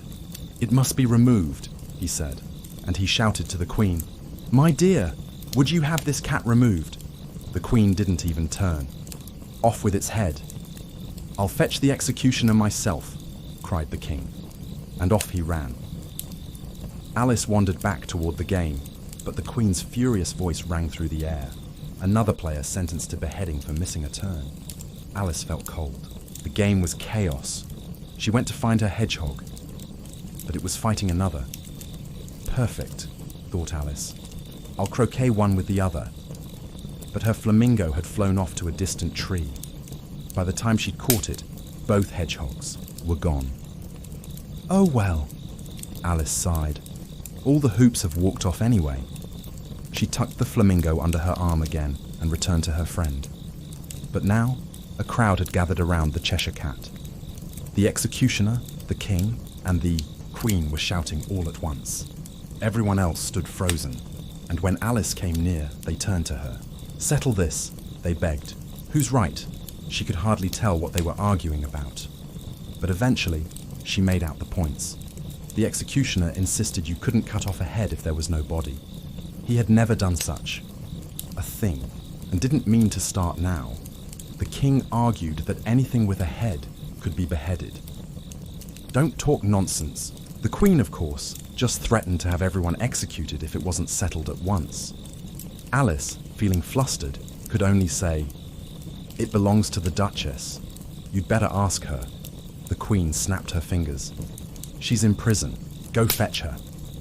The executioner dashed away, and the moment he was gone, the Cheshire Cat's grin began to fade. First the eyes, then the mouth, until nothing was left. By the time the Duchess arrived, the cat was gone. The king and the executioner ran in circles, searching for a head that wasn't there, and everyone else quietly drifted back to the madness of the game. "You can't think how glad I am to see you again, you dear old thing," said the Duchess as she tucked her arm affectionately into Alice's. They walked off together, and Alice blinked, surprised. The Duchess, so gentle. Maybe it was the pepper, Alice thought. When I'm a duchess, though I don't sound very hopeful, I won't have pepper in my kitchen at all. She nodded to herself. Soup does quite well without it. Maybe pepper makes people hot-tempered, and vinegar makes them sour. Chamomile makes them bitter. Barley sugar makes children sweet. She was quite pleased with this discovery, a new sort of rule for life. If only people understood, she thought, they might be less stingy with sweet things. She had quite forgotten the Duchess by this point, and nearly jumped when the woman spoke again, right at her ear. "You're thinking about something, my dear," said the Duchess, "and that makes you forget to talk. Can't remember the moral just now, but I shall in a bit." "Perhaps it hasn't one," Alice offered cautiously. "Tut tut, child," said the Duchess. "Everything's got a moral, if only you can find it." She squeezed closer, too close. The Duchess was ugly, and just the right height for her sharp chin to rest uncomfortably on Alice's shoulder. Still, Alice didn't want to be rude. She bore it as best she could. "The game's going on rather better now," she said, just to keep things moving. "'Tis so," said the Duchess, "and the moral of that is, oh, 'tis love, that makes the world go round." Alice whispered, "I heard someone say it was done by everybody minding their own business." "Much the same," replied the Duchess, digging her chin in deeper. "And the moral is, take care of the sense, and the sounds will take care of themselves." Alice sighed inwardly. She does love finding morals in things. The Duchess paused, then whispered close. I dare say you're wondering why I don't put my arm around your waist. Alice blinked, unsure. It's because I'm doubtful about the temper of your flamingo. Shall I try the experiment? Alice shook her head gently. He might bite. Very true, said the Duchess. Flamingos and mustard both bite, and the moral of that is, birds of a feather flock together. Alice frowned. Only mustard isn't a bird. Right, as usual, said the Duchess, smiling in a way that made Alice uneasy. It's a mineral, I think. Of course, said the Duchess. There's a large mustard mine nearby, and the moral of that is, the more there is of mine, the less there is of yours. Alice barely heard the last bit and jumped in. I know, it's a vegetable. It doesn't look like one, but it is. I quite agree, said the Duchess. And the moral is, be what you would seem to be. Or, put more simply, never imagine yourself not to be otherwise than what it might appear to others, that what you were or might have been was not otherwise than what you had been would have appeared to them to be otherwise. Alice blinked. I think I'd understand better if I had it written down, but I can't quite follow it as you say it. That's nothing to what I could say if I chose, said the Duchess, pleased. Please don't trouble yourself to say any more, Alice said politely. Oh, don't talk about trouble. I make you a present of everything I've said so far, Alice thought. A cheap sort of present. I'm glad birthday presents aren't like that. But she said nothing. The Duchess dug her sharp chin into Alice's shoulder again.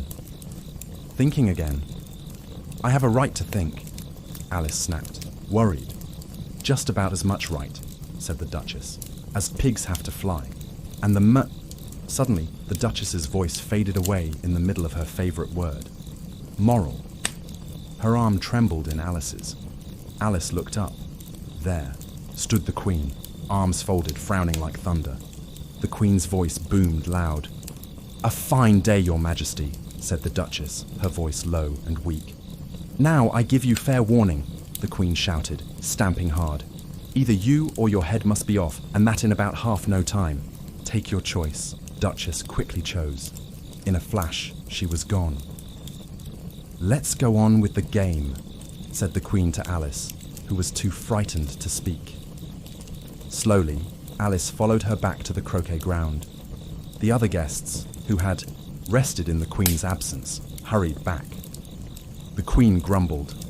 A moment's delay would cost your lives. All the while the game went on, the Queen never stopped shouting, off with his head. Off with her head. Those sentenced were taken away by the soldiers, who had to stop being archers to carry out their grim task. By the end of half an hour, there were no archers left, and all the players, except the King, the Queen, and Alice, were prisoners under sentence of execution. Finally, the Queen stopped, out of breath. She asked Alice, "Have you seen the mock turtle yet?" "No," Alice said. "I don't even know what a mock turtle is." "It's what mock turtle soup is made from," said the Queen. "I've never seen one or heard of one," said Alice. "Come on then," said the Queen. "He'll tell you his history." As they walked off, Alice heard the King murmur, "You are all pardoned." That's a good thing, thought Alice, who was uneasy about all the executions.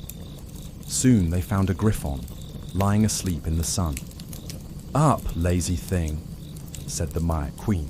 "Take this young lady to see the mock turtle and hear his history. I must go back and check on some executions." The Queen walked off, leaving Alice alone with the griffon. Alice didn't like the griffon's look much, but thought it safer to stay with it than follow the Queen. The griffon sat up, rubbed its eyes, watched the Queen until she disappeared, then chuckled. "What fun," it said, half to itself, half to Alice. "What fun?" asked Alice. "Why, her," said the griffon. "It's all her fancy. They never execute anybody, you know. Come on." "Everybody says, 'Come on,' here," thought Alice, as she slowly followed. Ahead, they saw the mock turtle, sad and lonely on a little rock ledge. Alice heard him sigh as if heartbroken. She pitied him. "What's his sorrow?" she asked the Griffin. "It's all his. Fancy," said the Griffin, almost the same words. "He hasn't got any sorrow. Come on." They went up to the Mock Turtle, who looked at them with big, watery eyes, but said nothing. "This young lady," said the Griffin, "wants to hear your history." "I'll tell it," said the Mock Turtle in a deep, hollow voice. "Sit down, both of you, and don't speak until I've finished." So they sat quietly. Alice thought, "I don't see how he can finish if he doesn't begin," but she waited patiently. At last, with a deep sigh, the Mock Turtle spoke. "Once, I was a real turtle." Then came a long silence, broken only by the Griffin's occasional "hacker" and the Mock Turtle's heavy sobbing. Alice almost got up to say, "Thank you for your interesting story," but thought there must be more, so she stayed still. "When we were little," the Mock Turtle went on, now calmer, but still sobbing a bit. "We went to school in the sea. The master was an old turtle. We called him Tortoise." "Why call him Tortoise if he wasn't one?" asked Alice. "Because he taught us," said the Mock Turtle, angrily. "You're very dull. You ought to be ashamed for asking such a simple question," added the Griffin. Both looked at Alice, who felt like sinking into the earth. The Griffin then nudged the Mock Turtle.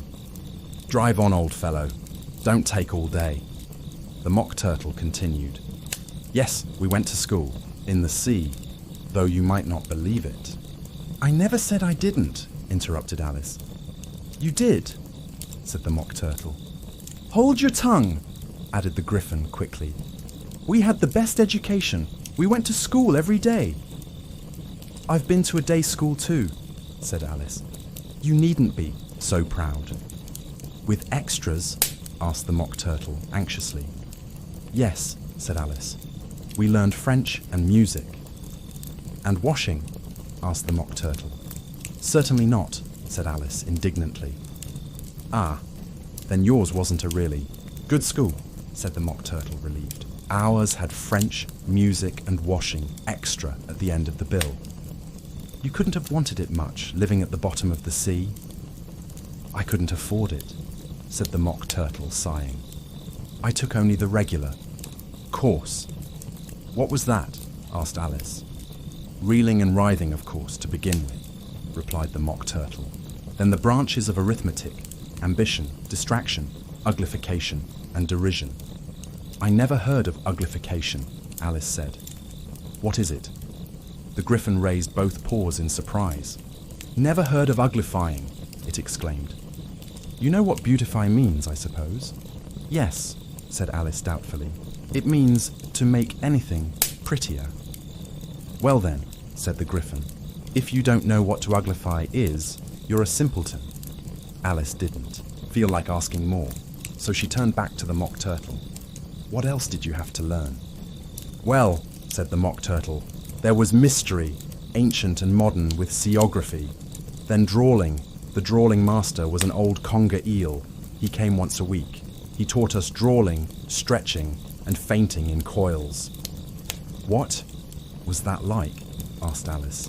"I can't show it myself," said the Mock Turtle. "I'm too stiff, and the Griffin never learnt it." "Hadn't time," said the Griffin. "I went to the classical master, though, an old crab. I never went to him," sighed the Mock Turtle. "He taught laughing in grief, they said." "So he did," said the Griffin, sighing too, and both hid their faces in their paws. Alice quickly changed the subject. "How many hours a day did you do lessons?" 10 the first day," said the Mock Turtle, 9 the next, and so on. "What a curious plan," said Alice. "That's why they're called lessons," said the Griffin, "because they lesson day by day." Alice thought about it a moment, then said, "Then the 11th day must have been a holiday." "Of course it was," said the Mock Turtle. "And the 12th?" Alice asked eagerly. "Enough about lessons," interrupted the Griffon sharply. "Tell her about the games now." The Mock Turtle sighed deeply and drew the back of one flapper across his eyes. He looked at Alice and tried to speak, but for a minute or two, sobs choked his voice.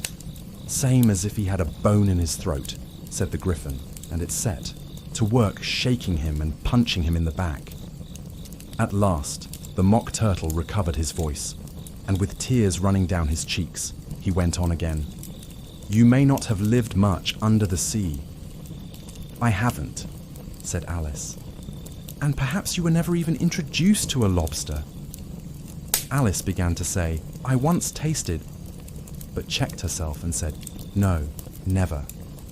So you can have no idea what a delightful thing a lobster quadrille is. No, indeed, said Alice. What sort of a dance is it? Why, said the Griffin, you first form into a line along the seashore. 2 lines, cried the Mock Turtle. Seals, turtles, and so on. Then when you've cleared the jellyfish out of the way. That generally takes some time, interrupted the Griffin. You advance twice. Each with a lobster as a partner, cried the Griffin. Of course, the Mock Turtle said. Advance twice, set to partners. Change lobsters and retire in. Same order, continued the Griffin. Then, you know, the Mock Turtle went on, you throw the lobsters, shouted the Griffon with a bound into the air. As far out to sea as you can. Swim after them, screamed the Griffon. Turn a somersault. In the sea, cried the Mock Turtle, capering wildly about. Change lobsters again, yelled the Griffon. Back to land again, and that's all the first figure, said the Mock Turtle, suddenly dropping his voice. The 2 creatures, who had been jumping about like mad things all this time, sat down again, very sadly and quietly, and looked at Alice. It must be a very pretty dance, said Alice timidly. Would you like to see a little of it? Said the Mock Turtle. Very much indeed, said Alice. Come, let's try the first figure, said the Mock Turtle to the Griffin. We can do it without lobsters, you know. Which shall sing? Oh, you sing, said the Griffin. I've forgotten the words. So they began solemnly dancing round and round Alice, every now and then treading on her toes and waving their forepaws to mark the time, while the Mock Turtle sang slowly. And sadly, will you walk a little faster, said a whiting to a snail. There's a porpoise close behind us, and he's treading on my tail. See how eagerly the lobsters and the turtles all advance. They are waiting on the shingle. Will you come and join the dance? Will you, won't you? Will you, won't you? Will you join the dance? Will you, won't you? Will you, won't you? Won't you join the dance? You can really have no notion how delightful it will be when they take us up and throw us with the lobsters out to sea. But the snail replied, too far, and gave a look askance. Said he thanked the whiting kindly, but he would not join the dance. Would not, could not, would not, could not, would not join the dance. Would not, could not, would not, could not, could not join the dance. What matters it how far we go? His scaly friend replied. There is another shore, you know, upon the other side.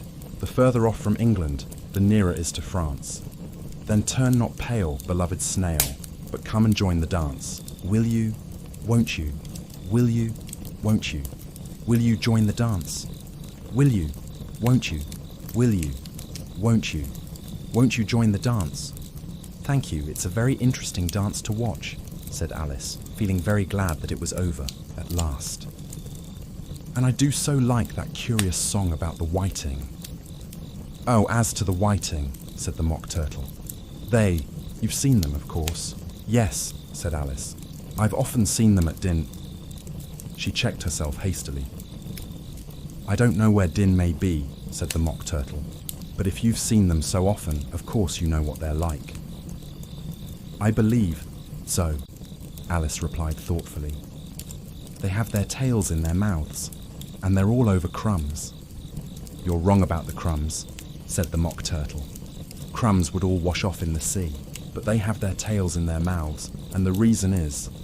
Here, the Mock Turtle yawned and shut his eyes. Tell her about the reason and all that, he said to the Griffin. The reason is, said the Griffin, that they would. go with the lobsters to the dance. So they got thrown out to sea. So they had to fall a long way. So they got their tails fast in their mouths. So they couldn't get them out again. That's all." "Thank you," said Alice. "It's very interesting. I never knew so much about a whiting before." "I can tell you more than that if you like," said the Griffin. "Do you know why it's called a whiting?" "I never thought about it," said Alice. "Why?" "It does the boots and shoes," the Griffin replied solemnly. Alice was thoroughly puzzled. "Does the boots and shoes?" she repeated in a wondering tone. "Why? What are your shoes done with?" said the Griffin. "I mean, what makes them so shiny?" Alice looked down at them and considered a little before answering. "They're done with blacking, I believe." "Boots and shoes under the sea," the Griffin went on in a deep voice, "are done with whiting. Now you know." "And what are they made of?" Alice asked, her curiosity growing. "Soles and eels, of course," the Griffin replied rather impatiently. "Any shrimp could have told you that." "If I'd been the whiting," said Alice, whose thoughts were still on the song, "I'd have said to the porpoise, 'Keep back, please. We don't want you with us.'" "They were obliged to have him with them," the Mock Turtle said, gravely. "No wise fish would go anywhere without a porpoise." "Wouldn't it really?" said Alice, quite surprised. "Of course not," said the Mock Turtle. "Why, if a fish came to me and told me he was going a journey, I should say, 'With what purpose?'" "Don't you mean purpose?" said Alice. "I mean what I say," the Mock Turtle replied, in an offended tone. The Griffin added quickly, "Come, let's hear some of your adventures." The Mock Turtle drew a long breath and said, "That's very curious. I could tell you my adventures, beginning from this morning," Alice offered timidly. "But it's no use going back to yesterday, because I was a different person then." "Explain all that," said the Mock Turtle.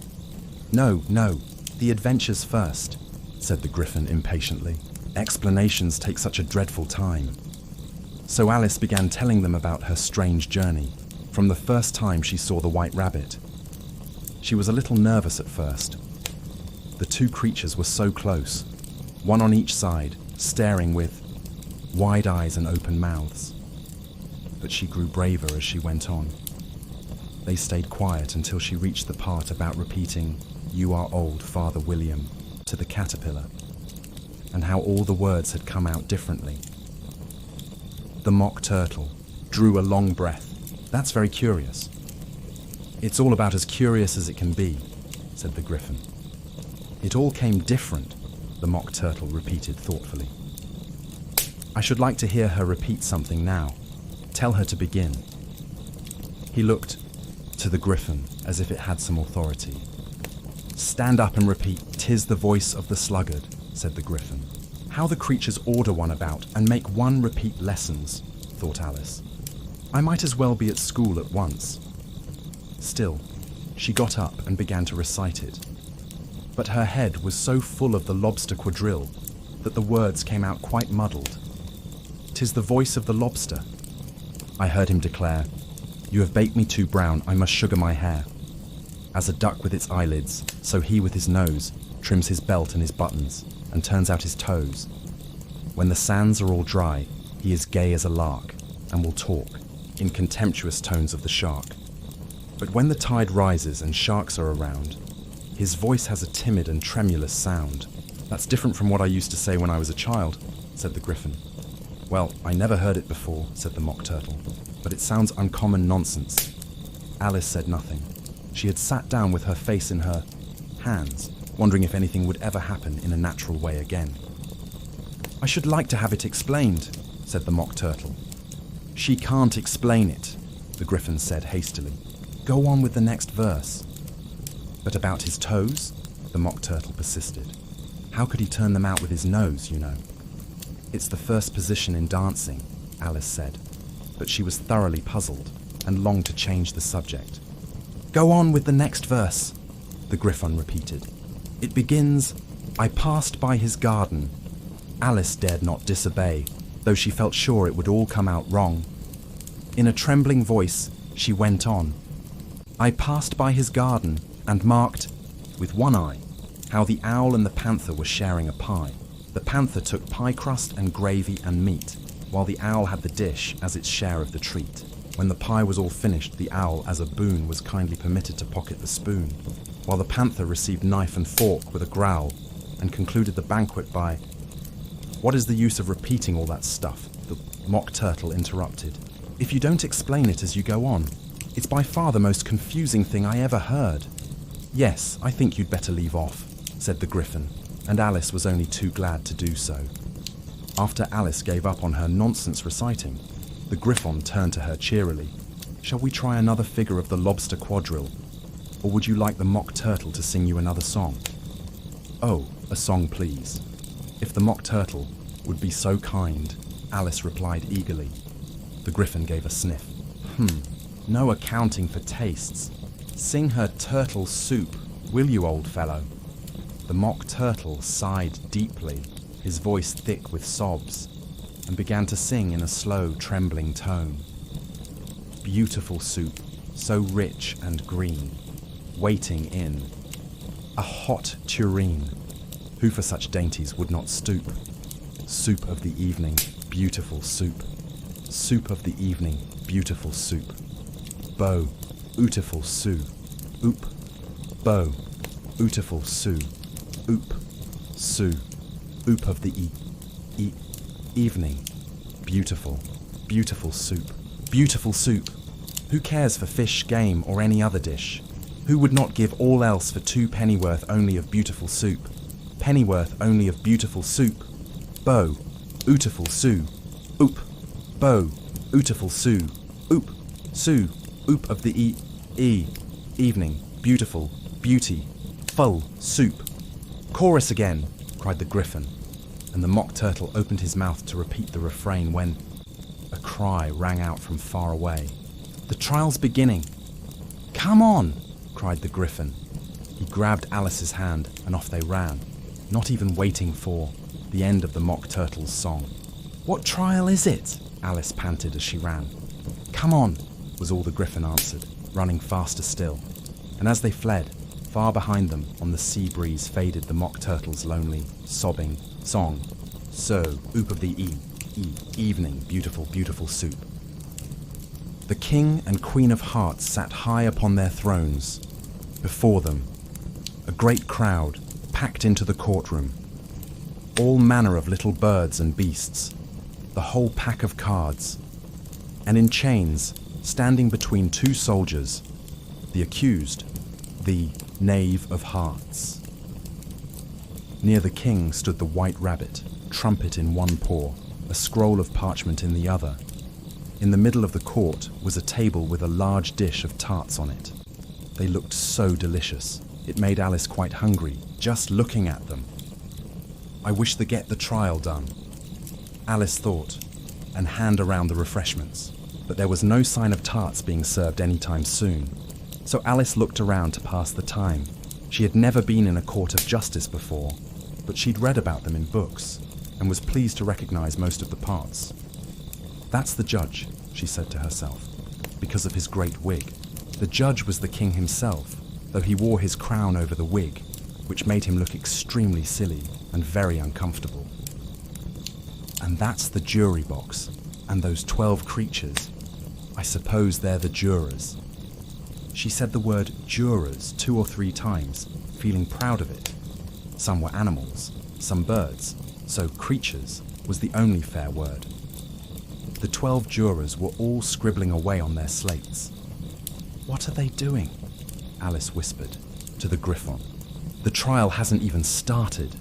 "They're writing down their names," the Griffon whispered back, "so they don't forget them by the end." "Stupid things," Alice said out loud, then clamped her hand over her mouth. "Silence in the court," barked the White Rabbit. The king peered around nervously through his spectacles, trying to spot the speaker. Alice could see that the jurors had all obediently written down "stupid things" on their slates, and one of them had to ask his neighbour how to spell it. What a mess their slates will be by the end, Alice thought. One juror's pencil squeaked every time he wrote. A horrid, teeth-gritting squeak. Alice couldn't stand it. She crept behind him. It was Bill the lizard, and, quick as a blink, snatched the pencil away. Poor Bill looked everywhere for it, but eventually had to write with his finger, which left no marks at all. "Herald, read the accusation," said the king. The white rabbit blew 3 sharp blasts on his trumpet, unrolled the parchment and read, "The Queen of Hearts, she made some tarts, all on a summer day. The Knave of Hearts, he stole those tarts and took them quite away." "Consider your verdict," the king said to the jury at once. "Not yet, not yet," the rabbit interrupted. "There's a great deal to come before that." "Call the first witness," the king commanded. White Rabbit blew his trumpet again. "First witness," he called out, and in walked the Hatter. The first witness was the Hatter. He entered the court nervously, with a teacup in one hand and a piece of bread and butter in the other. "I beg pardon, Your Majesty," he said, "for bringing these in, but I hadn't quite finished my tea when I was sent for." "You ought to have finished," said the king. "When did you begin?" The Hatter turned to look at the March Hare, who had followed him in arm with the Dormouse. 14th of March, I think it was, said the Hatter. 15th, said the March Hare. 16th, mumbled the Dormouse. "Write that down," ordered the king.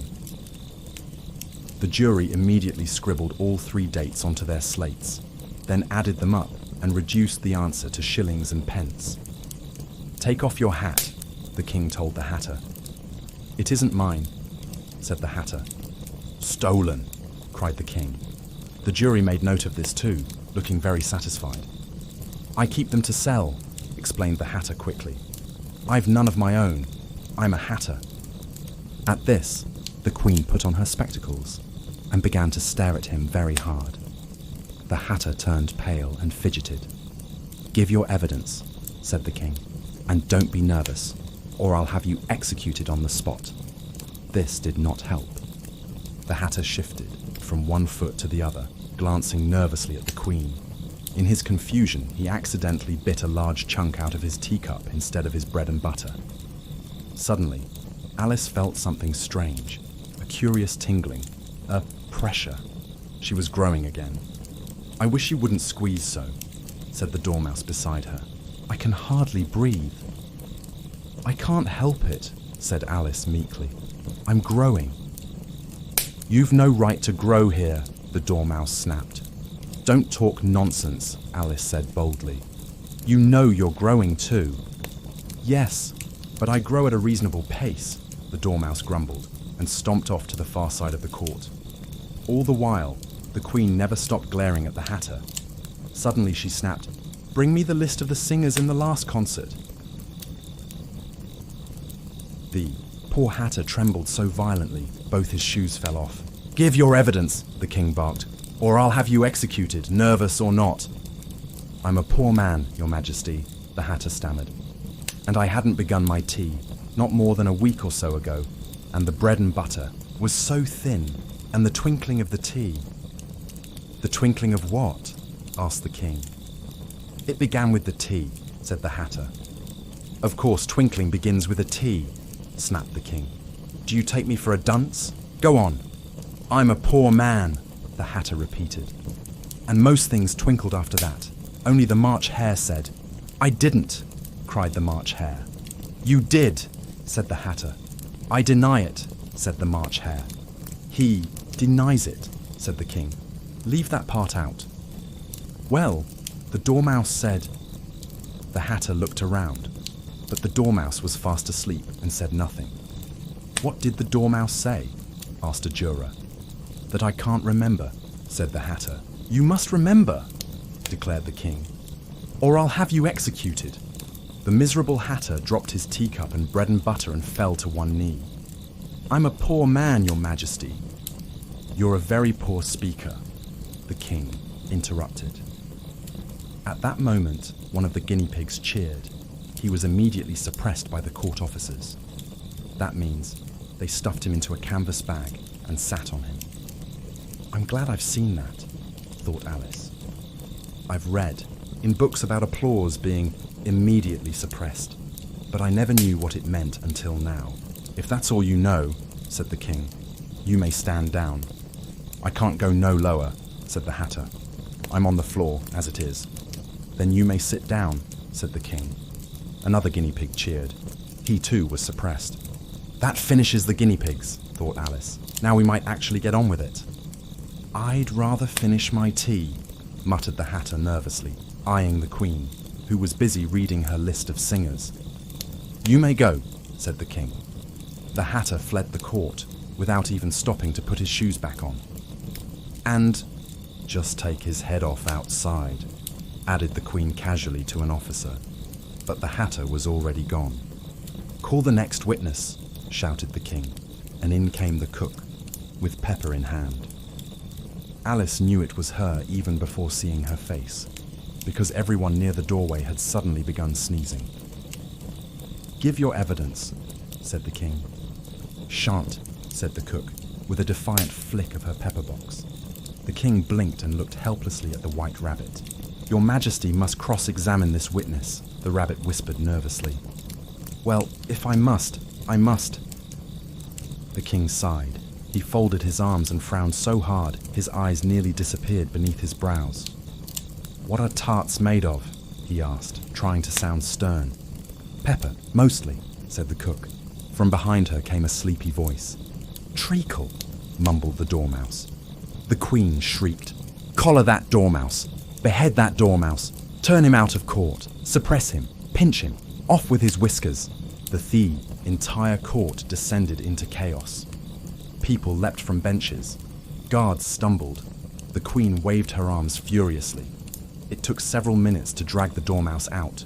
By the time everything calmed down again, the cook had vanished. Never mind, said the king, breathing a sigh of relief. Call the next witness. Then, in a quiet undertone to the queen, really, my dear, you must cross-examine the next witness. It quite makes my forehead ache. Alice watched as the white rabbit fumbled through the list, ears trembling, scroll trembling more. She was curious. After all, they didn't seem to have much evidence so far. Then the white rabbit cleared his throat and, in his highest, squeakiest voice, called out, Alice! Here! Cried Alice. Forgetting in the flurry of the moment how very large she had grown, she leapt to her feet, and in doing so, she tipped the edge of her skirt into the jury box. Down went all the jurymen, tumbling like so many puppets, crashing onto the heads of the crowd below.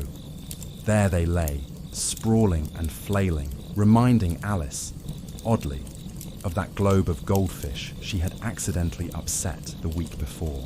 Oh, I beg your pardon, she exclaimed, flustered and alarmed, and she quickly began to gather the jurymen up, as if they were little glass fish that might crack if not collected at once. The king, very grave, declared, The trial cannot proceed until all the jurymen are back in their proper places. All, he repeated firmly, glaring at Alice. Alice glanced at the jury box. Oh dear. She had placed the lizard in upside down. Its little legs waved in the air quite helplessly. She plucked it out and righted it. Not that it signifies much, she whispered to herself. I should think it would be just as useful either way up. Once the jurymen had mostly recovered from their tumble, their slates and pencils were retrieved, and they went busily to work, not on the trial, but on writing a history of the accident. All except the lizard, who sat still with its mouth open, staring dazedly at the ceiling. The king turned to Alice. What do you know about this business? Nothing, said Alice. Nothing whatever? Asked the king again. Nothing whatever, she repeated. The king nodded gravely. That's very important. Just as the jury began writing this down, the white rabbit interrupted, saying, Unimportant, Your Majesty means, of course. He said it very respectfully, but frowned and made quite a lot of faces behind the king's back. Unimportant, of course I meant, the king muttered hastily, and then he began to murmur, Important, unimportant, unimportant, important, trying to decide which word sounded best. Alice noticed some jurymen wrote, important, and others wrote unimportant. But it doesn't matter a bit, she thought, quite sensibly. The king had been scribbling in his little notebook. Then, in a loud voice, he called out, "Silence!" He cleared his throat importantly. Rule 42. All persons more than a mile high must leave the court. Everyone turned to look at Alice. "I'm not a mile high," she said, quite calmly. "You are," said the king. "Nearly 2 miles high," added the queen. "Well, I shan't go at any rate," said Alice. "Besides, that's not a real rule. You just invented it now." The king replied stiffly, "It's the oldest rule in the book." Alice wasn't impressed. "Then it ought to be number 1. The king turned pale and snapped his notebook shut. "Consider your verdict," he said to the jury in a low, trembling voice. But the White Rabbit sprang up quickly. "There's more evidence, Your Majesty. A letter, just picked up." "What's in it?" asked the Queen. "I haven't opened it yet," said the rabbit. "But it seems to be a letter written by the prisoner to someone." The king helpfully said, "It must have been that, unless it was written to nobody, which isn't usual." "Who is it addressed to?" asked a juryman. "It isn't addressed at all," said the White Rabbit, unfolding the paper. "In fact, it's not a letter. It's a set of verses." "Are they in the prisoner's handwriting?" asked another juryman. "No," said the White Rabbit. "And that's the queerest part." The jury looked puzzled. "He must have imitated someone else's hand," said the king. The jury immediately brightened up. The Knave of Hearts then spoke, his voice a little shaky. "I didn't write it, and they can't prove I did. There's no signature." The king beamed. "If you didn't sign it, that only makes it worse. You must have meant mischief, or else you would have signed your name like an honest man." Everyone clapped. It was, after all, the first clever thing the king had said all day. "That proves his guilt, of course," said the queen. "So, off with—" "It doesn't prove anything of the sort," said Alice boldly. "You don't even know what the verses say." "Then read them," said the king. The White Rabbit adjusted his spectacles. "Where shall I begin, please, Your Majesty?" "Begin at the beginning," said the king, "and go on till you come to the end. Then stop." And so, in the hush of the courtroom, the rabbit began to read. The court grew very quiet. All eyes were on the White Rabbit as he began to read from the mysterious paper. "They told me you had been to her and mentioned me to him. She gave me a good character, but said I could not swim. He sent them word I had not gone. We know it to be true. If she should push the matter on, what would become of you? I gave her 1. They gave him 2. You gave us 3 or more. They all returned from him to you, though they were mine before. If I or she should chance to be involved in this affair, he trusts to you to set them free, exactly as we were. My notion was that you had been, before she had this fit, an obstacle that came between him and ourselves and it. Don't let him know she liked them best, for this must ever be a secret, kept from all the rest, between yourself and me." The king clapped his hands.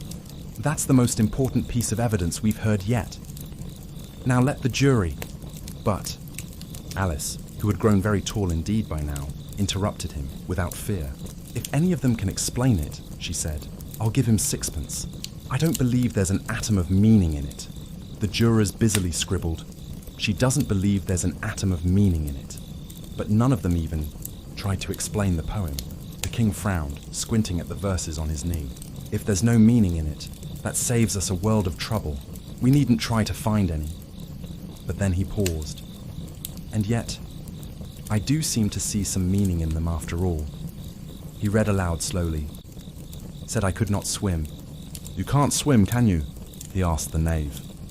The knave shook his head sadly. "Do I look like it?" he replied, and he certainly didn't, being made entirely of cardboard. The king continued, muttering over the lines. "We know it to be true. That's the jury, of course.